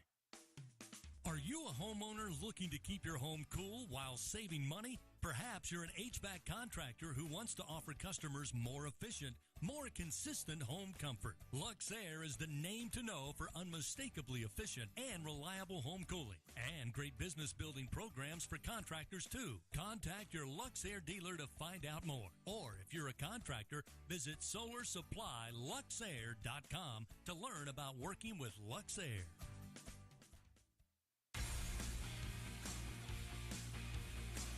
To the action of LSU Fighting Tiger Baseball on the LSU Sports Radio Network. 15-3 our score. LSU in control of this one over Grambling. Again, 12th meeting all time on the diamond. All here at Alec Box Stadium in Baton Rouge, I should say. It's the first pitch to Cameron Buford, who had the 3-run homer to give Grambling the lead in the 3rd inning. Misses low from Sam Dutton. It's 1-0. Dutton fires back. High chopper towards short. Going to be handled by Guidry. Great throw to first to Fry in time. And 1 down. Like I said in the last inning, I enjoy watching Gavin Guidry play infield. He does a nice job of ranging both ways, and he's got obviously a very strong arm that he can use on the mound. He showed it off there. He's a good-looking shortstop. Yeah, the best way you described it on that play in the last inning at shortstop, just the smoothness at which he plays.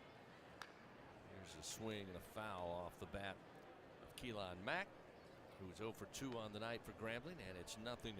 Everybody's got their thing in sports they want to watch, whether it's a guy hit a driver or play in the post or play quarterback. This one slammed to right field, going to get down, giving chase.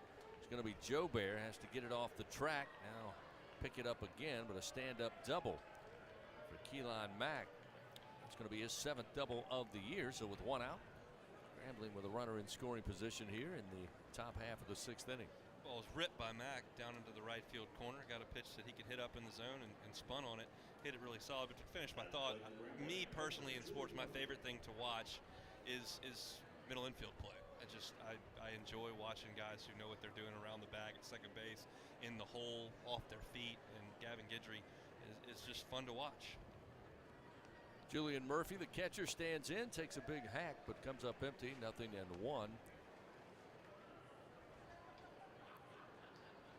Well, we talk so much, and it sounds like a broken record. We talk about the offense and the numbers put up by LSU so far this year. It's the 0-1 sent back foul into the screen. And Murphy falls behind 0-2. The improvement defensively of this Tiger unit, specifically the middle infield here in 2023. Again, we talked earlier about Dugas getting the start at second base, playing solid there. The improvement of Jordan Thompson, starting shortstop for the Tigers.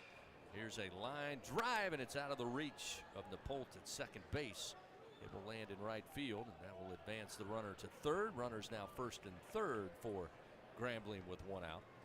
But that kind of gets lost. I mean, you really look at the numbers they put up and how reliable they are on the infield this season. And it's really a tribute to, Jay Johnson, because there were times last year it really felt like most people said, well, out of the Pac-12, loves that offense. You'll just outscore people, not enough emphasis on defense. That couldn't be farther from the truth, and they got to work in the offseason and have made major improvements. As here's a ground ball foul down the first base line off the bat of Vargas, the Grambling second baseman. And what's key about that, again, you add a guy like Ben Napolt who has been steady, whether he's been at second, whether he's been at short or at third. But you're talking about, for the most part this season, especially in SEC play, returning players in Jordan Thompson and Gavin Dugas. That speaks to the development of this coaching staff under Jay Johnson. There's a strike to get ahead by Dutton. 0-2 now to Vargas. I believe now the majority of LSU's errors have been committed by the pitching staff. We saw another one today with Christian Little firing a pickoff throw down into the bullpen. That's been LSU's biggest issue defensively. Called strike three at the knees. Dutton delivers the fastball, and down on strikes goes Vargas, and two gone with runners on the corners. If you look statistically, Tommy White does not have an error on the year. Jordan Thompson has one. It was a throwing error. Gavin Dugas does not have an error on the year. So it's mainly been LSU's staff that has thrown some balls away, failed to field balls that have been hit right back to them. But defensively, in terms of the infield play, as you mentioned, LSU's been phenomenal. Keanu Jacobs-Guichard to the plate, and the first pitch from Dutton in the dirt, but a nice job by Travinsky to get the glove on it, and it's 1-0.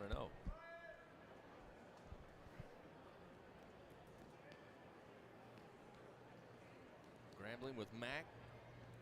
The double down the line and right. He's at third. Murphy with a base hit at first. Here's the 1-0. This is a base hit up the middle, and that's going to score Mack. Into center field, and Mack comes in to score, and that will cut the lead slightly. 15-4 now LSU leads. Grambling's hitting the ball hard. These are not cheap hits by any stretch. That ball absolutely stung up the middle there as Dutton delivered.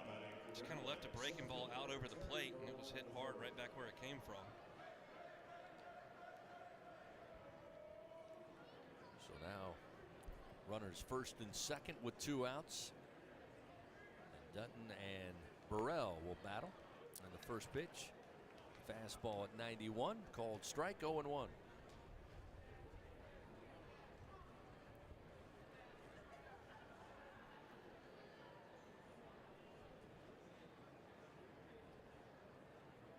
The 0-1 misses high from Sam, and it's 1 ball and 1 strike. Last of the hard Tiger fans here tonight at the box after LSU extended their lead at one point 15-3 after 4 innings. The 1-1 from Dutton. Inside and high, gets away from Travinsky. Runners will advance to second and third as that one, hard throw by Dutton, just missed the visor of Burrell. Travinsky got the very end of the mid on it. For those that have hopped in the car and are headed home, or maybe you're listening here inside the ballpark, check your game times for this weekend. A little bit unorthodox. It's going to be 7 o'clock on Thursday, 6 o'clock, a little bit earlier on Friday, so don't get tripped up there. And a 1 o'clock game set for Saturday. Still plenty of time to get a little baseball tailgate in on Thursday and Friday. Get ready for Tennessee and LSU. 2-1 from Dutton. In the dirt, Travinsky lost it momentarily, but finds it. 3-1 now, the count to Burrell. Meanwhile, a single here from Burrell would draw Grambling within 9, which could extend the evening potentially.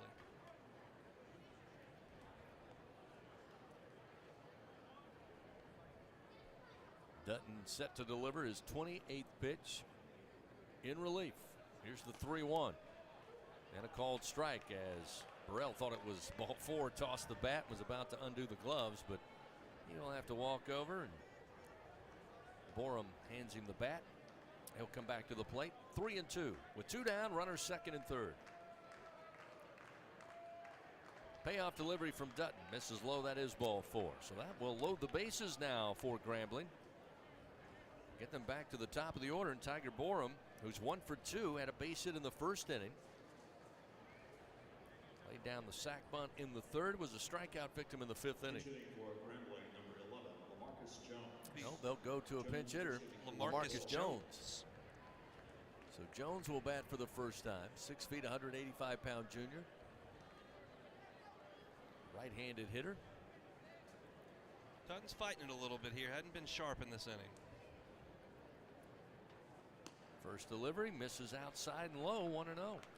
He's left a few balls up that have been hit hard. He's had a couple of pitches that have gotten by Travinsky.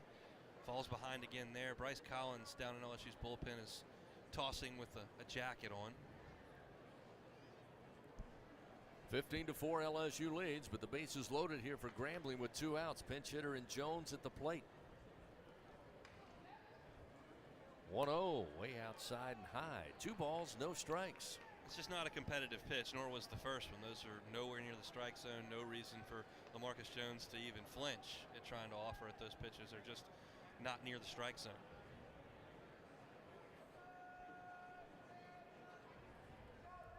Two-0 delivery. Strike at the letter, and it's 2-1.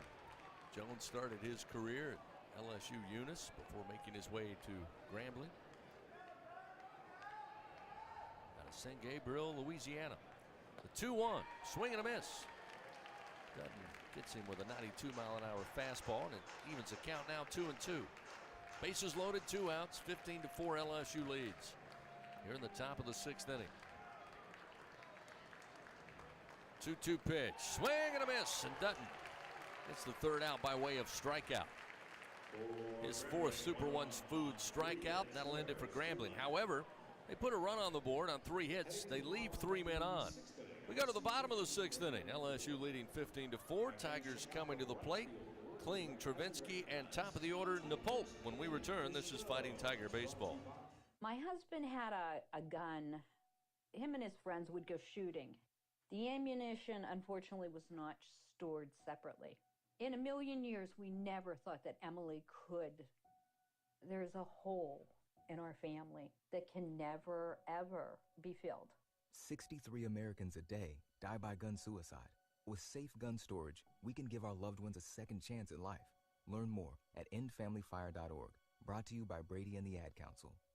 The passion, the tradition, the rivalries. SiriusXM is your destination for all things college sports, and we've got your school covered. On SEC Radio, there's complete coverage of every school in the conference, including live games, plus 24/7 talk and analysis. So cheer along online or on the SiriusXM app and listen to your favorite team anywhere. And now, as a college student, you can stream your first 3 months of SiriusXM for $1. Fees and taxes apply. See offer details and subscribe now at SiriusXM.com/SEC Sports. When you went car shopping, you meant business. You ace vehicle history searches and test drives. You out-salesman the salesman. Now you've got your wheels.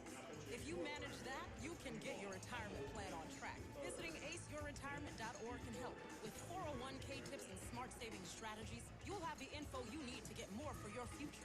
Go to aceyourretirement.org, because when it comes to speeding past financial challenges, you're an ace. Brought to you by AARP and the Ad Council. Back to the action of LSU Fighting Tiger Baseball on the LSU Sports Radio Network. Hunt Palmer alongside Chris Blair here atop Alec Box Stadium. LSU and Grambling play on in the bottom of the 6th. Tigers lead at 15-4. Quickly, some scores from SEC play tonight. Tennessee beat UNC Asheville 5-0 in Knoxville. Kentucky comes back and beats Western Kentucky 10-8 in Bowling Green. Alabama beats Middle Tennessee 10-4. Arkansas beats Omaha 16-3, and Auburn top North Alabama 14-1 on the Plains. Paxton Kling to lead it off for LSU. Here in the bottom of the 6th inning with the Tigers leading 15-4. First delivery, a called strike. Michael Mims into pitch for Grambling, and Kling going to launch this 0-1 delivery into left center field. So a leadoff single for Kling. Love the hustle from Paxton Kling there. This is an 11-run ball game. He just floats one into center field there for a hit, and he was chugging out of the box looking to get two. Turned hard at first base, took a look, then decided to retreat. That's the way you got to play the game. Now we'll see Hayden Travinsky took over behind the plate for the starter Alex Milazzo. Big right-handed hitter stands in, 7th at bat of the season. First pitch low and inside. 1-0. Got you the finals from SEC play. Some games in progress. In College Station, Texas 3, A&M 2 in the top of the 8th inning. Longhorns out hitting A&M 13-5 in that game. Big swing by Travinsky, but can't find it. It's 1-1 now. Vanderbilt's all over Lipscomb 10-1 from Nashville. Mississippi State 6, Samford 4 from Starkville. South Carolina over the Citadel 13-2 in the 7th. And Missouri and Illinois are in a 6-5 game. Missouri leads that one in Illinois. Mims misses low to Travinsky, now 2-1. Mentioned 6 previous at bats, and Hayden 3 of 6, including 2 runs batted in. Takes a swing, fouls it out of play right side. That'll leave in the count 2-2. Fans, H&E Equipment Services, the official construction equipment partner of LSU Athletics. For all of your rental needs, call 877-700-RENT or visit herentals.com today. Kling down at first base. Led off with a single to left center field. 2-2 to Travinsky. Again fouled out of play right side. Keeps the count 2-2.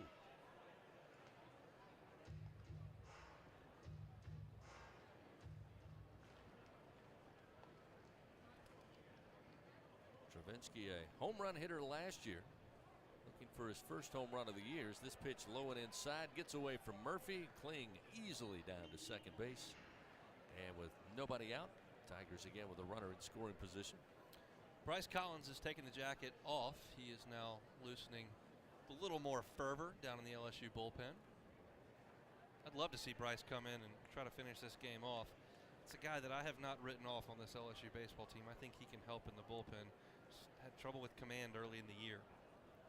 Kling down at second. Now the 3-2 to Travinsky. Got around too quick and sends one skying foul to the parking lot down the line and left over the bleachers. That ball was tagged pretty good. Hayden's a big, strong young man. He can hit it a long way.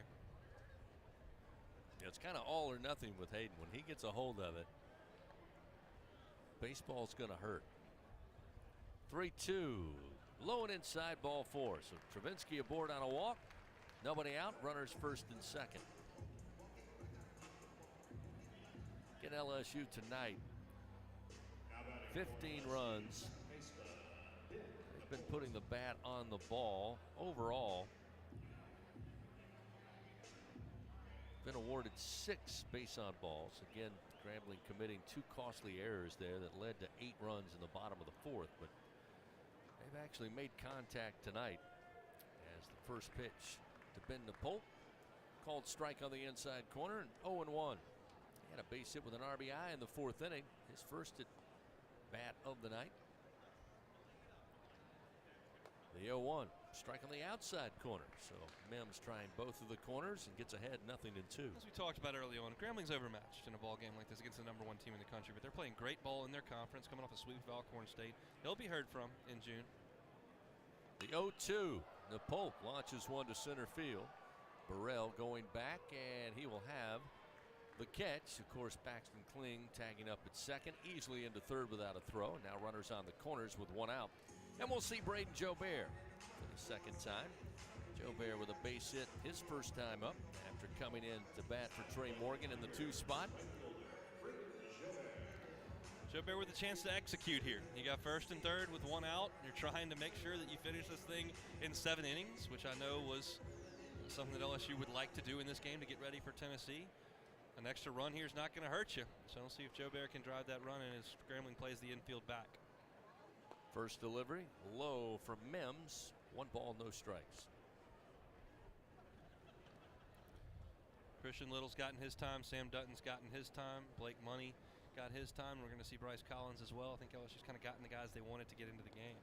1-0 misses outside and low from Mims. 2 balls, no strikes. We've talked a lot about the Tennessee series coming up Thursday, Friday, and Saturday. Then the Tigers will finish a 9-game home swing with Nichols next Tuesday here at the box.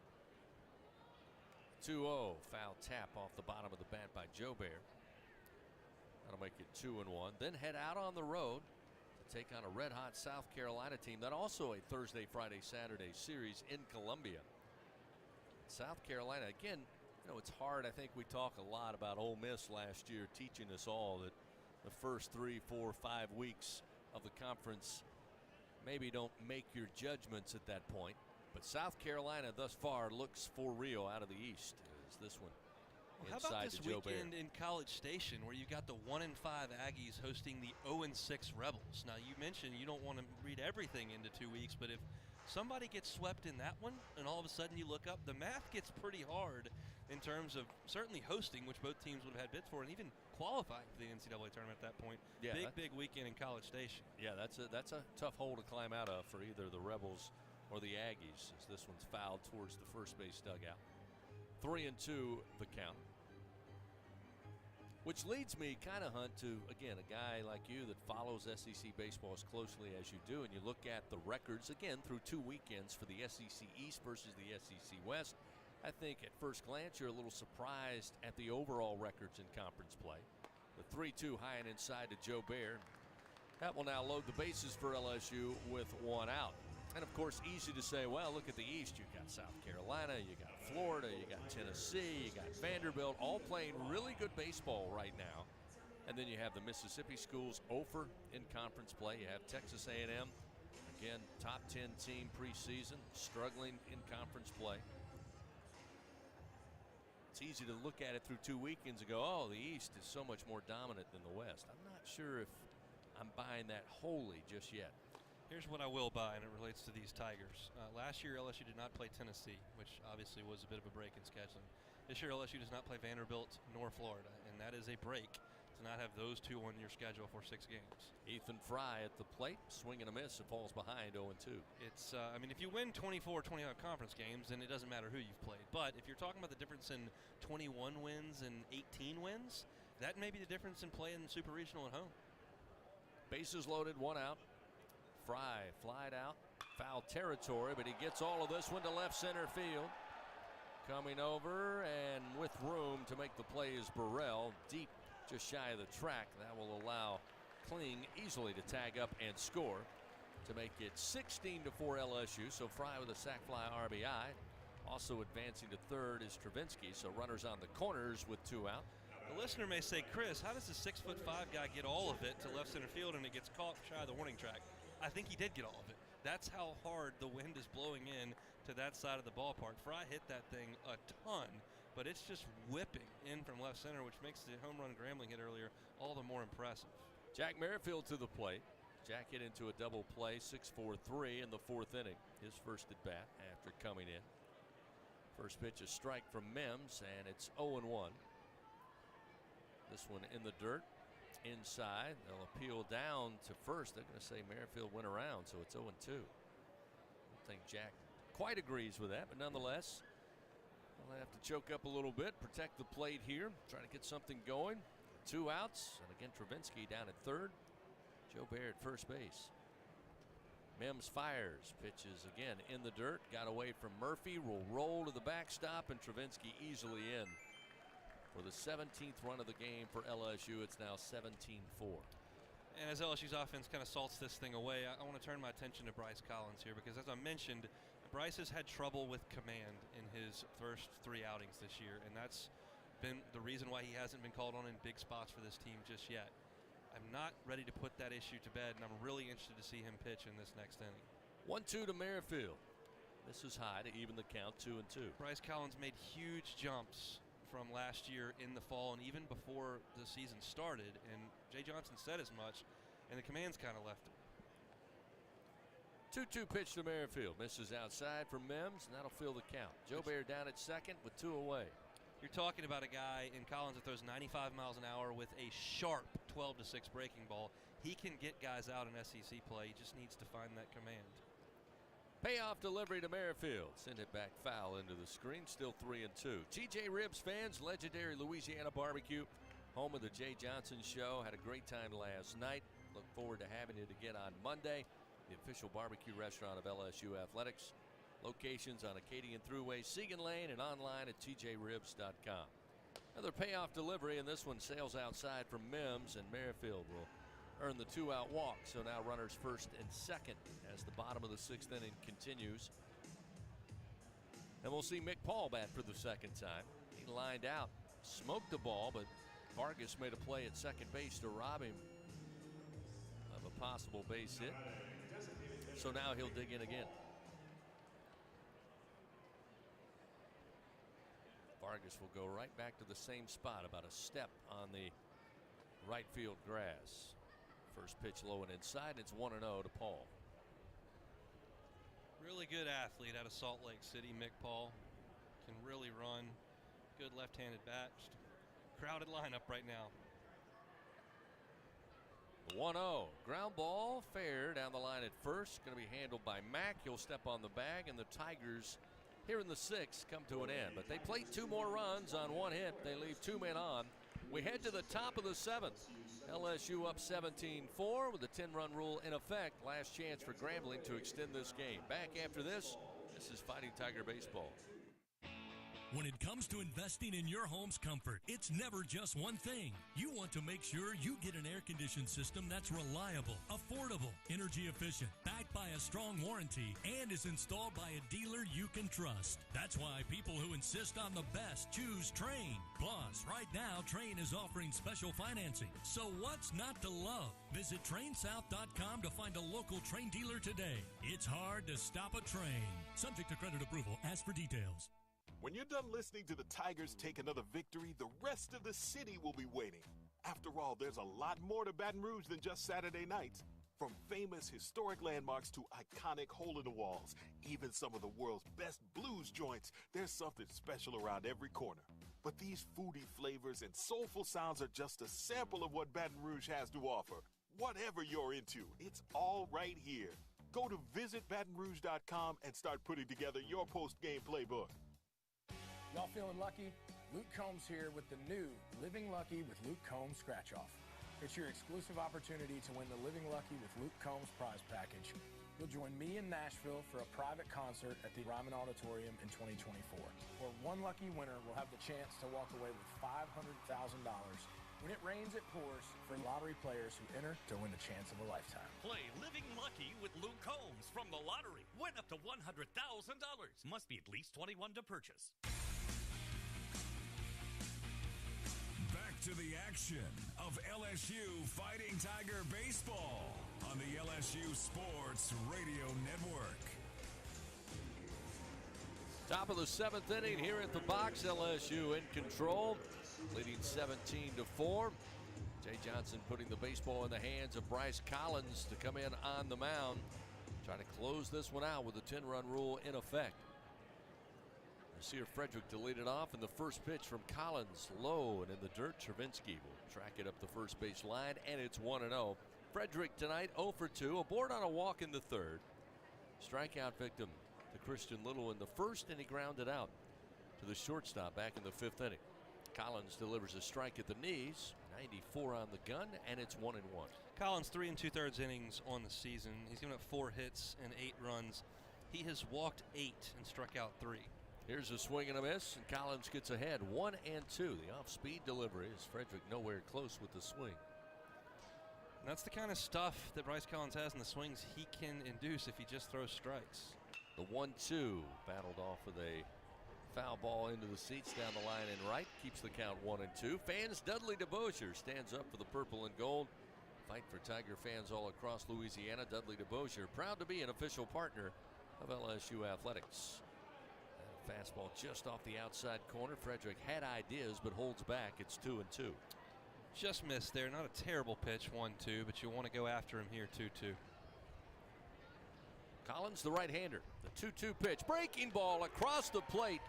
Frederick buckles at the knees, and Collins records the out. Now Jay Johnson immediately out, making his way to the mound here. And it looks like Maybe that's all he needed from Bryce Collins.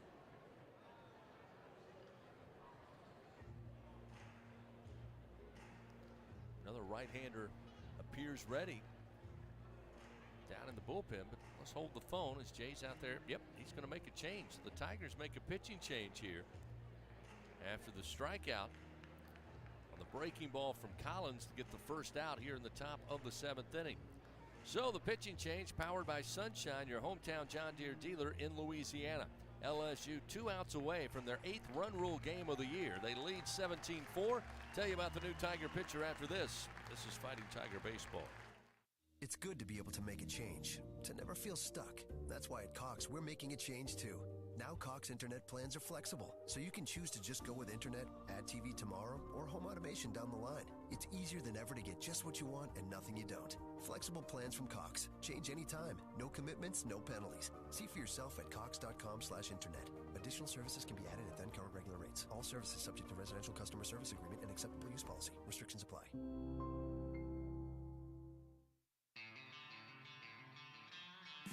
Southern Air Heating and Cooling is proud to be an official sponsor of LSU Athletics. Their team of AC professionals have been serving the comfort needs of the people of Louisiana for over 25 years. Much like the fans of the Tigers, our commitment to Tiger athletics and providing great service remains as strong as ever. Southern Air Heating and Cooling. Go Tigers!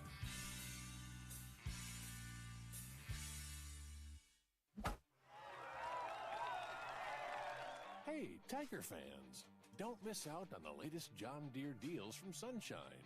Ask us about tractor packages with 0% financing available. From Alex Box Stadium to your own backyard, the grass is always greener behind the wheel of a John Deere. Learn more at sunequip.com. Some restrictions apply. See dealer for details. Offer ends May 28, 2023.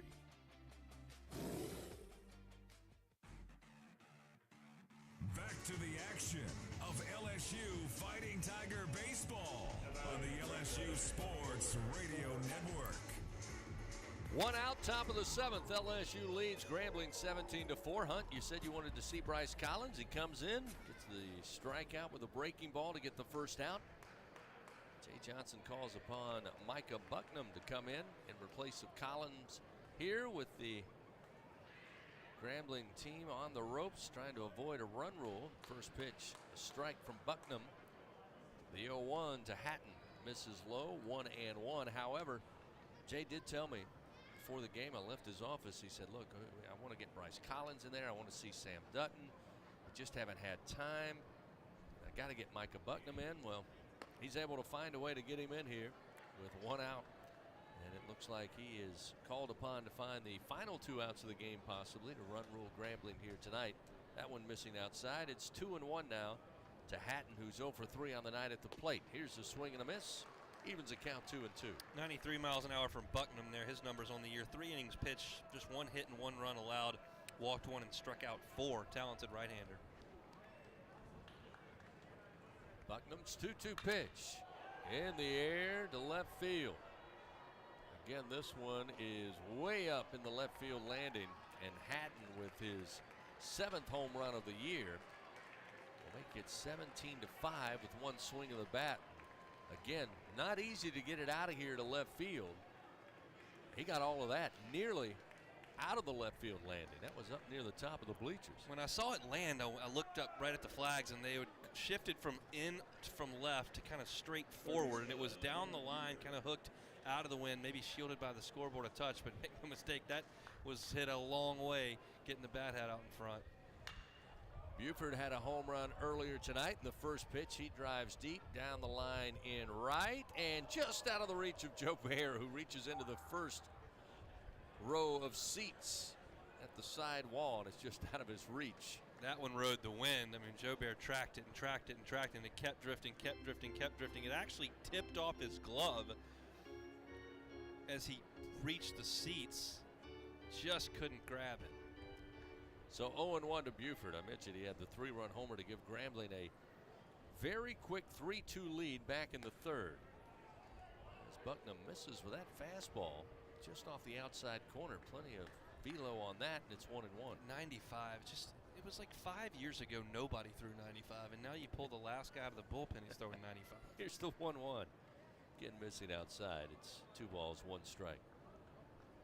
I've heard some things about the TrackMan picks it up more quickly than the radar guns did, so you get it right out of the hand, so it's a little bit faster, but still it's impressive. 2-1. Foul tip, but held on to by Travinsky. And that'll even the count now to Buford with 1 out in the top of the 7th. 2-2 the count.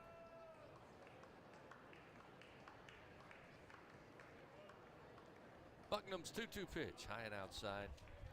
Fills it up 3-2. Fill it up here, Micah. Nothing but strikes. 1 out, nobody on. Bucknam's payoff delivery in the air to right field. Joe Bear going back, tracks it and makes the grab in front of the track. That's a nice play by Braden Joubert in right field. That ball was stung right at him and started slicing, and he ran it down. Yeah, he was backpedaling, kept his eye on it, had the right foot speed, and it almost came right into his glove. Nice play by Joubert. 2 down, 1 to go for the Tigers to run rule Grambling here. As we'll see, Keelan Mack, the first baseman, he is 1 for 3, had a double in the 6th inning to right field. First pitch from Bucknam misses, maybe outside, 1-0. Hunt, what have we learned tonight for LSU as they head into the Tennessee series beginning on Thursday? It's the 1-0, swing and a miss, evens it up 1-1. I think you saw LSU handle a pitcher that you're rarely ever going to see. And there's concern maybe that it's so slow and you can't sit back and wait on it. Second time through the lineup, LSU just unloaded on some of that. The 1-1 pitch. A swing and a miss. Once again, the defense from the starters to the reserves that came in, other than one errant pickoff throw by the starting pitcher, played flawless baseball, and that's all you can ask for.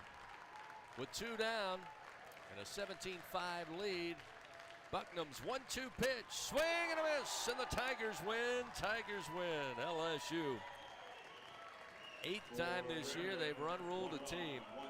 17-5 the final. 1 run for Grambling there in the top of the 7th on 1 hit. They leave nobody on. And the Tigers pick up their 22nd win of the season. Move to 22-3 for Grambling. They now stand at 9-15. Great start for Grambling in SWAC play. Great start for LSU in SEC play. Tigers now get ready for Tennessee, number 10 in the land, coming to the box beginning Thursday night at 7 o'clock. Final from the box tonight in run rule fashion. After 7, LSU 17, Grambling 5. This is Fighting Tiger Baseball. Excuse me, do you know the